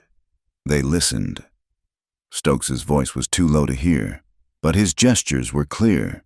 He was bargaining. He leaned forward, his hand, the one with the cross tattoo, flat on the table. He was selling something. The owner nodded, looked satisfied. He slid a small leather pouch across the table. Stokes took it, weighed it in his hand, and smiled. "He's doing it again," Lila whispered, her hands clenched so tight her nails bit into her palms. "He's placing another girl?" "Now," Eli said. His voice was perfectly calm. He stood up. He did not draw his gun. He just walked toward the alcove. Lila stood with him, a step behind, her hand on the pistol in her skirt. The saloon owner saw Eli coming. He saw the scar, the cold eyes, and the duster pushed back from his gun. His hand moved toward his own pocket. Eli ignored him. His eyes were on Stokes. "Stokes," Eli said. His voice was not loud, but it cut through the din. Reverend Stokes looked up. His smile froze. He saw Eli. His eyes flickered, recognizing the man from the saloon, the man the bounty hunters were after. Then he saw Lila. His face went through a rapid, terrible transformation. The shock, the recognition, and then a slow, cold fury. He saw his stolen property. He saw the girl who had defied him. He stood up slowly, overturning his chair. He was a tall man, and he drew himself up to his full, righteous height. "You," he breathed. He looked at Lila, his eyes full of a terrible, intimate venom. "Lila, you would dare." He stepped out of the alcove, into the center of the saloon. He raised his arm, pointing a finger at her. The saloon owner, seeing his deal interrupted, looked on with a cold, Neutral interest. The noise in the saloon died, table by table. "Behold!" Stokes's voice was the preacher's voice again, full of thunder and judgment. "Behold the harlot of Babylon! Behold the thief!" Lila shrank back, her hand clutching Eli's sleeve. The eyes of 50 men turned on her. "This woman," Stokes boomed, "came to my church, a lost soul. I gave her sanctuary. I gave her the word of God. I cleansed her. And how did she repay this kindness? She stole. She stole from the house of the Lord." "He's lying," Lila whispered, her voice desperate. "She is a liar," Stokes shouted, as if hearing her. "She is a corrupted soul, filled with sin and deceit. She has fallen in with this killer." He pointed at Eli. "This is the man who aided her. They are partners in sin. They are thieves, and they are an abomination." The crowd was silent, watching. They were not a jury. They were an audience, waiting for the show. Eli had not moved. He stood, his face unreadable, and let Stokes finish. "You have no power here, preacher," Eli said, his voice quiet, but it carried in the silence. "I have the power of God," Stokes roared. He stepped toward Eli. "And I have the power of the law, which you have both broken. You will be arrested. You will be—" Eli hit him.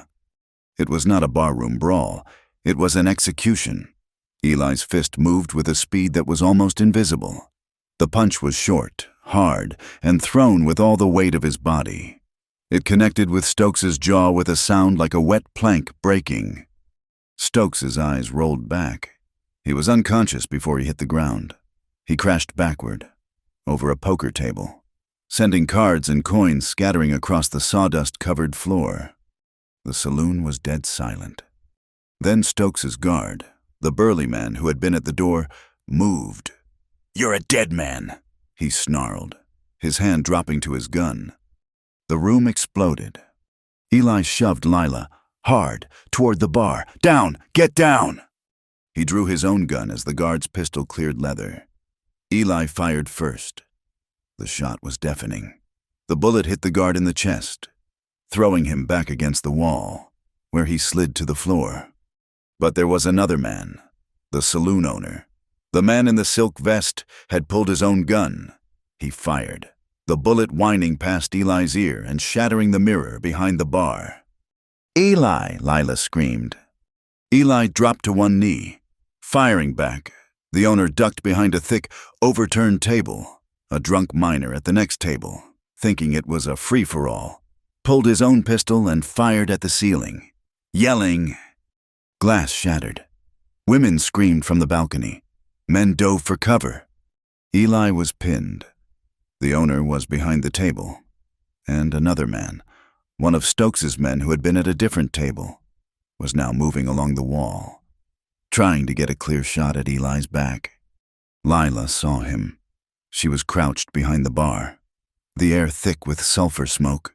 She saw the man, his face grim, raising his pistol. Eli was focused on the saloon owner. He didn't see him.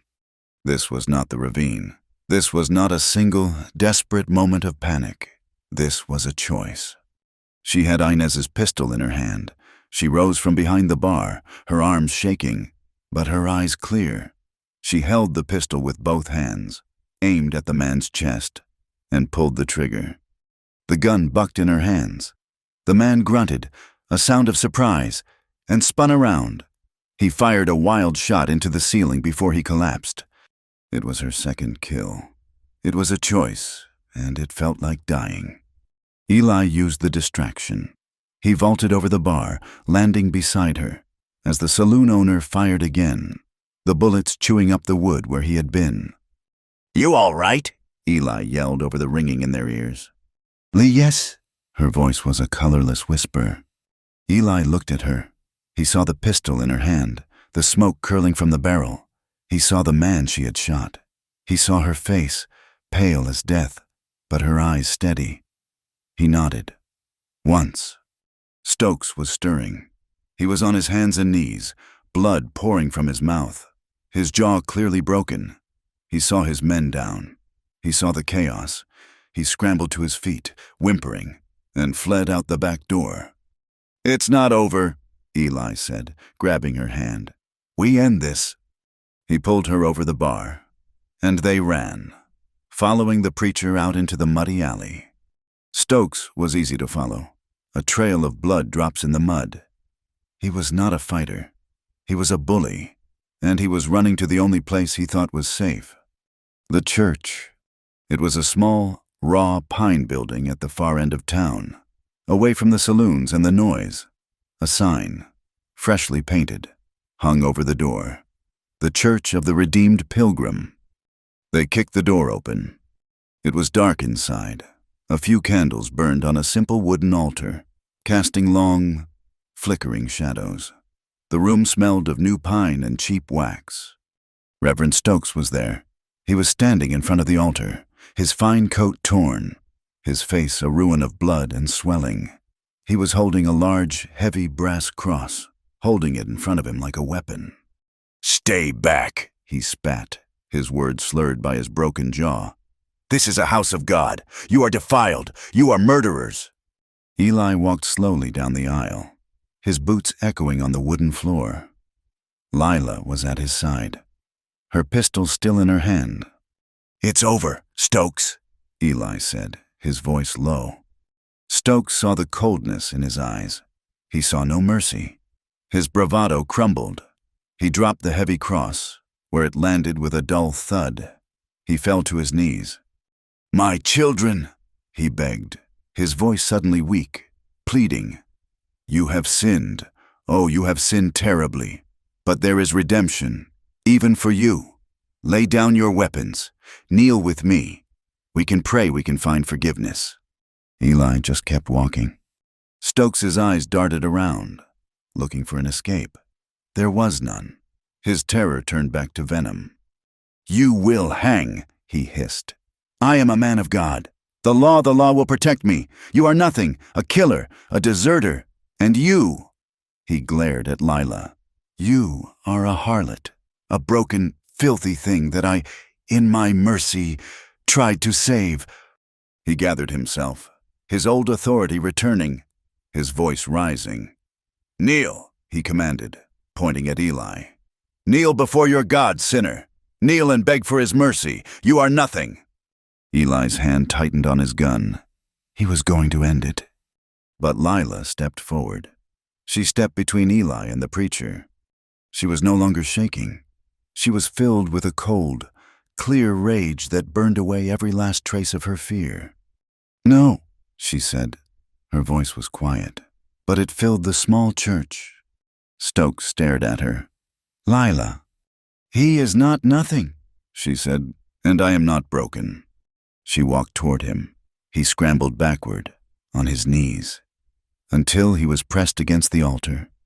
"You said I was made to serve," she said, her voice low and terrible. "You said I was a vessel. You told me my obedience would save my soul. You said you were cleansing me." Her eyes scanned the altar, and she saw it. On a small lectern to the side, there was a heavy, leather-bound book, his ledger, the one he used to record his placements, the list of redeemed girls, the names, the prices, the towns. "You," Stokes whimpered, seeing where she was looking. "No, that is the Lord's work. You cannot—" Lila picked up the book. It was heavy with the weight of ruined lives. She turned, not to Stokes, but to Eli. Her eyes were burning. "He told me I was made to serve," she said again. She turned back to the altar, to the tall candle burning there. "But I was made to choose."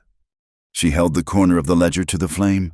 Stokes screamed, a high, thin sound of pure agony, and lunged for her, his broken jaw forgotten. "No, you harlot! It's mine!" Eli was on him.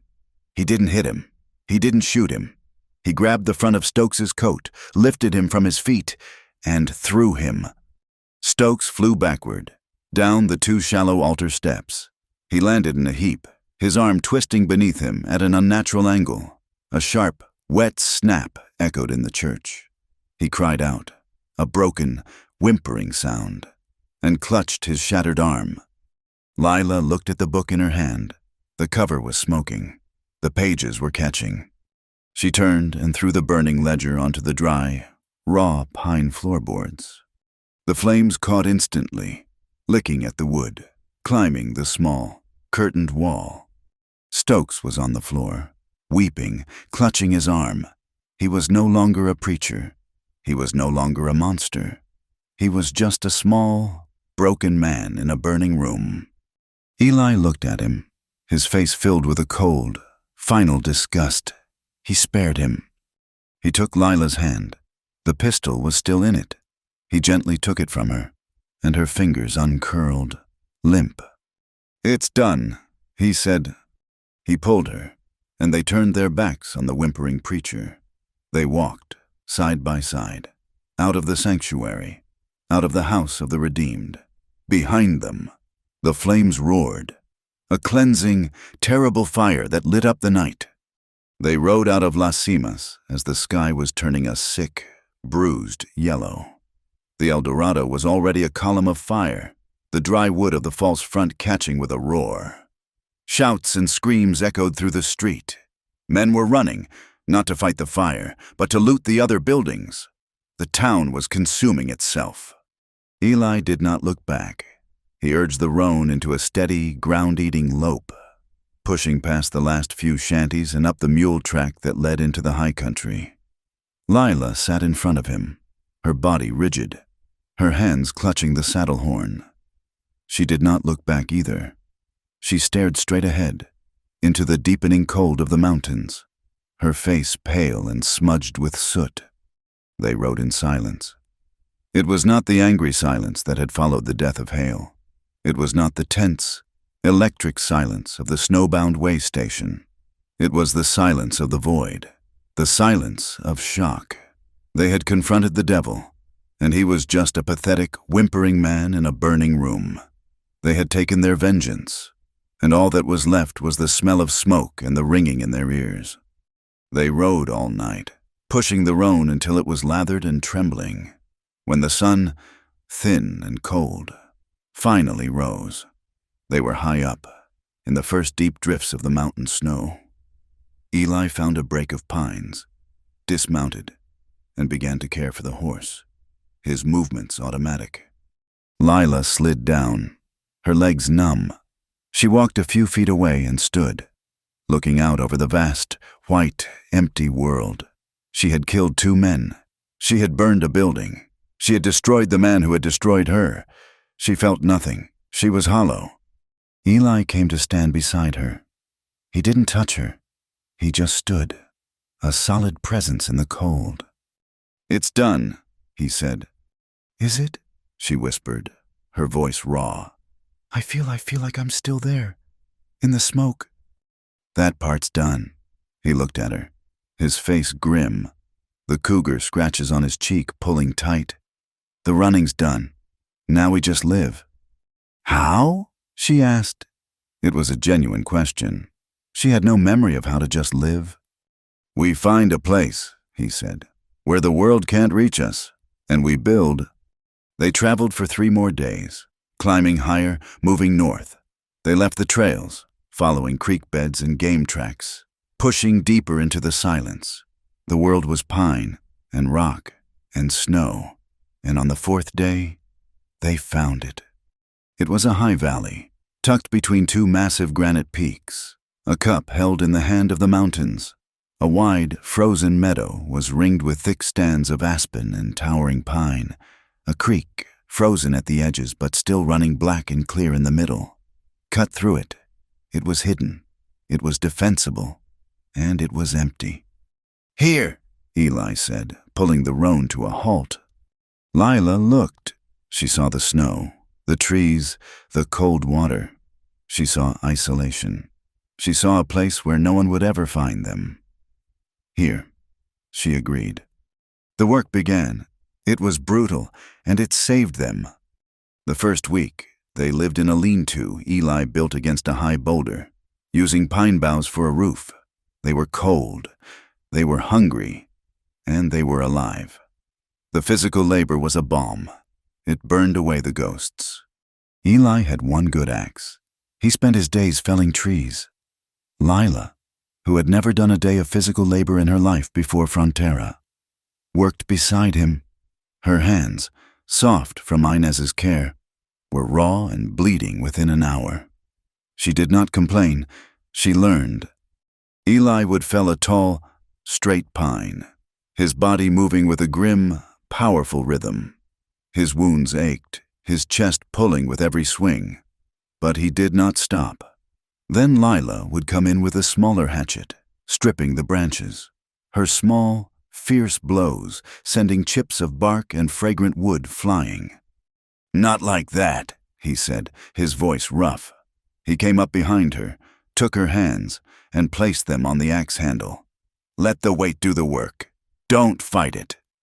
He stood behind her, his chest against her back, his arms covering hers, guiding the swing. 1, 2, 3 hard, clean cuts. The branch fell. She pulled away, her face flushed. "I can do it." She did. She worked until her shoulders screamed, until her hands were numb, until she fell onto their pallet of furs at night too tired to dream. Slowly, painstakingly, a cabin rose from the snow. They learned to work in silence, a shared language of gestures. He would point, she would fetch, she would hold a log, he would notch it. They moved as one person, their motions precise, their focus absolute. It was hard, silent work, a meditation of survival. They built a fireplace first, a miracle of river stones and clay mud that Eli crafted with a patience she had never seen in him. When they lit the first fire, and the smoke drew clean and straight into the sky, they stood back, their faces black with soot. Lila looked at the rough, uneven wall of stone, and she felt a ridiculous, fierce pride. It's standing," she said. Eli looked at her. A smear of mud was on her cheek, her hair was a tangled mess, and her hands were wrapped in torn strips of cloth. He let out a sound, a short, rusty bark. Lila stared at him. "What?" He was laughing. It was not a real laugh, not a sound of joy. It was a crack in his armor, a sudden, surprised release of air. "You look," he panted, "like a damn chimney sweep." She looked at him, at his beard caked with ice, his shirt torn, the old scar livid on his face. "And you, Eli Boone," she said, "look like the thing a chimney sweep would be afraid of." His laugh died. He smiled. It was a small, tight pull of his scar, but it reached his eyes, and she smiled back. It was the first time. The silence, which had been numb, then focused, was now, suddenly, comfortable. Weeks passed. The cabin was finished. It was a small, tight box, one room, with a packed earth floor and a roof of pine shakes. It was ugly, it was rough, but it was theirs. They moved in, away from the wind. The rhythm of their lives changed. The sheer, desperate labor of building was replaced by the daily labor of staying alive. Eli hunted. He brought back deer, rabbit, grouse. He taught her how to skin them, how to cure the meat. She did not flinch. She learned. He taught her to shoot. He took her out into the meadow, setting up a tin can on a frozen stump. He handed her his rifle. "Not the pistol," he said. "The pistol is for desperation. The rifle is for living." Lila took it. The weight was familiar, but she still trembled.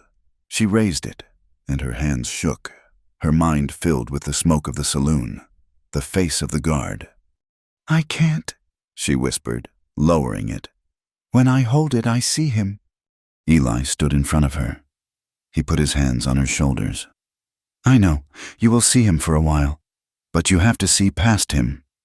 He took the rifle, placed it in her hands again. "This is not a weapon. This is a tool. It is for food. It is for protection. It is not for killing. It is for living.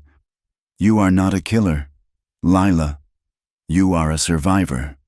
He stepped behind her, just as he had with the axe, his solid warmth against her back. "Breathe," he whispered. his voice by her ear. Let it all out. Don't aim at the man. There is no man. Aim at the can. Aim at the center. See nothing else. His hand covered hers on the stock. His other hand settled her grip, his fingers brushing her cheek. Pull it tight to your shoulder. Feel it. It's part of you. She took a breath. She let it out. She stared at the can. It was just a piece of tin. Now, he said. She squeezed the trigger. The blast was a thunderclap in the silent valley. The can did not move. Again, he said. They practiced for an hour. She missed every time, but her hands stopped shaking. Tomorrow, he said, taking the rifle. You'll do it tomorrow. That night, she taught him to read. She had salvaged one thing from the way station, a small, selfish act, a torn, water-stained Bible she had found in the wreckage. It was the only book she had seen in 2 years. Her father, the judge, had had a library that filled a room. The memory of it was a physical ache. Eli had watched her with it, but said nothing. That night, by the fire, she opened it. The pages were brittle. You taught me, she said, not looking at him. Now I'll teach you. He was sitting on his furs, cleaning his pistol. He stopped. His whole body went rigid. I don't need that. His voice was hard, defensive. You told me the bounty notice said your name, she said softly. Could you read it? Or did you just see your face? He was silent. He slowly put the pistol down. I never had the time, he muttered, ashamed. Never had the need. You have the time now. She held out the book. He looked at it as if it were a snake. He was Eli Boone, a killer, a man who had survived deserts and mountains, who had faced down Stokes and Taggart, and he was terrified of a book. He sat beside her. He took it. His large, scarred hands were clumsy with the delicate pages. Start here, she said, her finger landing on the first page of Genesis. He squinted. He knew the letters, but they were a jumble. I-N. In, she said. In T-H-E, In the beginning, she said, her voice soft, patient. His finger, rough and calloused, moved under the word, in the beginning. He looked up, his face grim with concentration. G-O-D, God. In the beginning, God, she read, created the heaven and the earth. He stared at the words, as if willing them to make sense. He was a child, fumbling, and he hated it, but he did not stop. He was stubborn. He had faced down cougars. He would face down this. They sat for an hour, his low, rasping voice sounding out the words, her quiet correction. It was the most intimate time they had ever spent. He was giving her his deepest vulnerability, a shame he had carried his entire life, and she was holding it, gently, and giving him a gift in return. They spoke more at night. They lay tangled under the heavy fur blankets, the cabin warm from the fire, the snow falling softly outside. The world was gone. There was only this room, only them. He told her, in short, clipped sentences, about his mother, the Spanish woman Tia Inez had known, how she had died when he was young, how his father, a cold, hard man, had never wanted him. She told him about Savannah, about her father's library, about the piano she used to play, small pieces of a life that felt like it belonged to someone else. Their physical love, born of desperation in the snow, changed. It was no longer a frantic, quiet coupling. It was slow, it was reverent, it was a language of its own. He would touch her scars, not with pity, but with a kind of wonder. She would hold his scarred hand, tracing the lines of his life. They were two halves of a broken whole, fitting together. One night, she was sitting by the fire, mending his coat. He was watching her, his face soft in the firelight.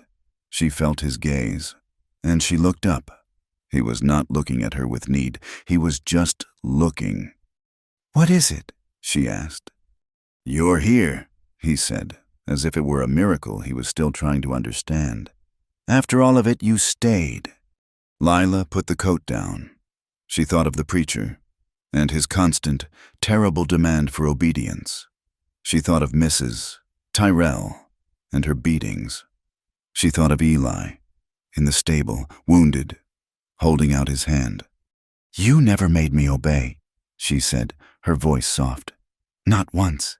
Not even when you covered my mouth in the arroyo. You were just asking me to be smart. In the snow, you asked me to leave, to be safe. You never commanded me. You never told me I was your property."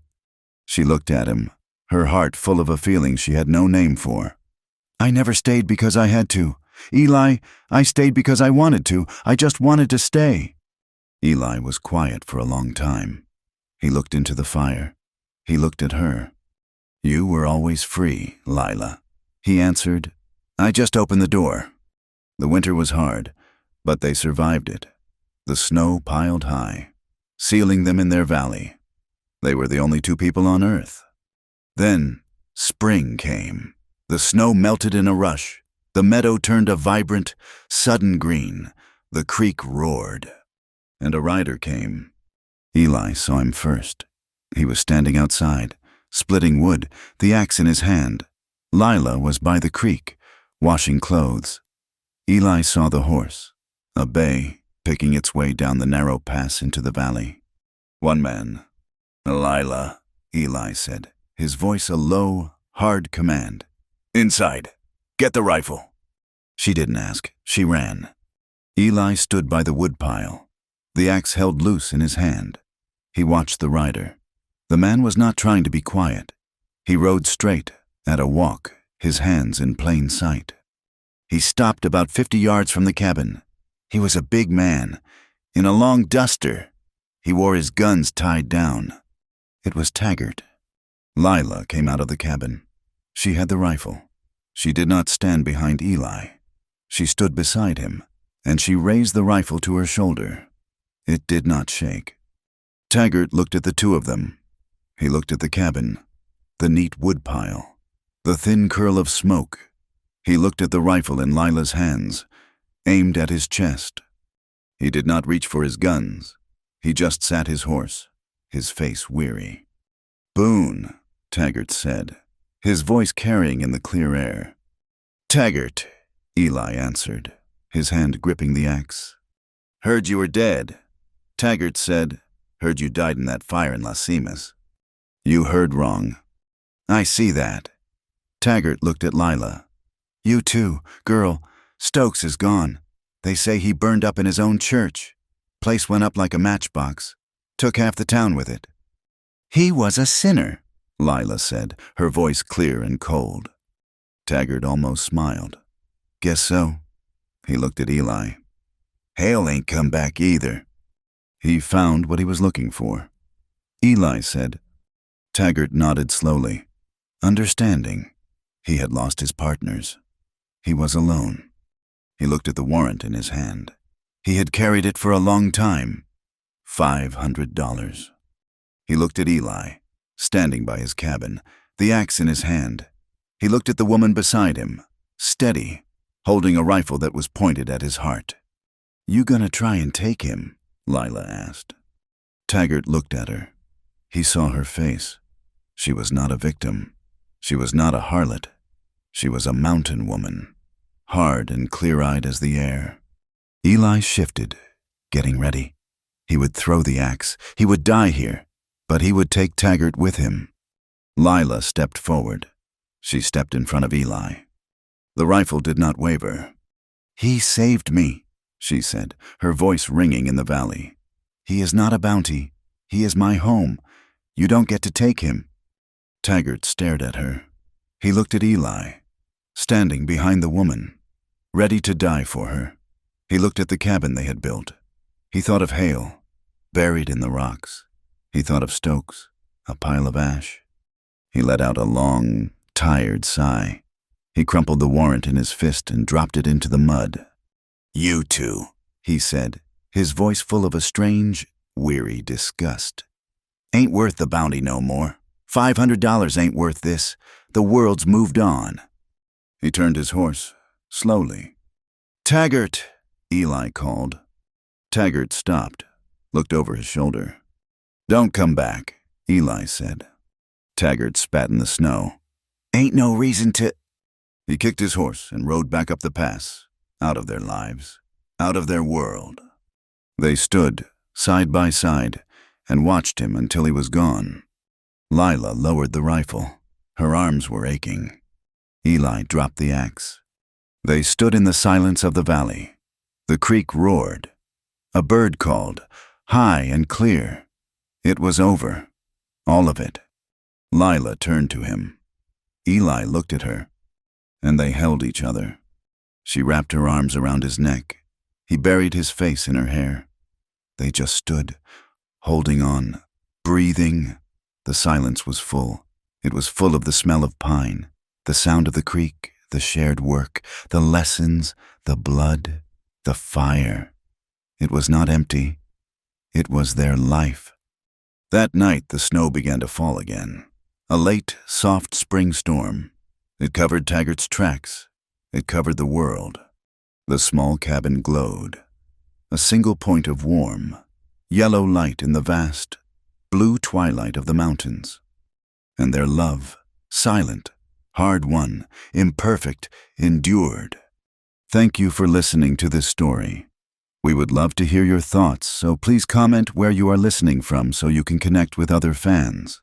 We invite you to subscribe to the From Wild West channel and share your thoughts on Lila and Eli's journey.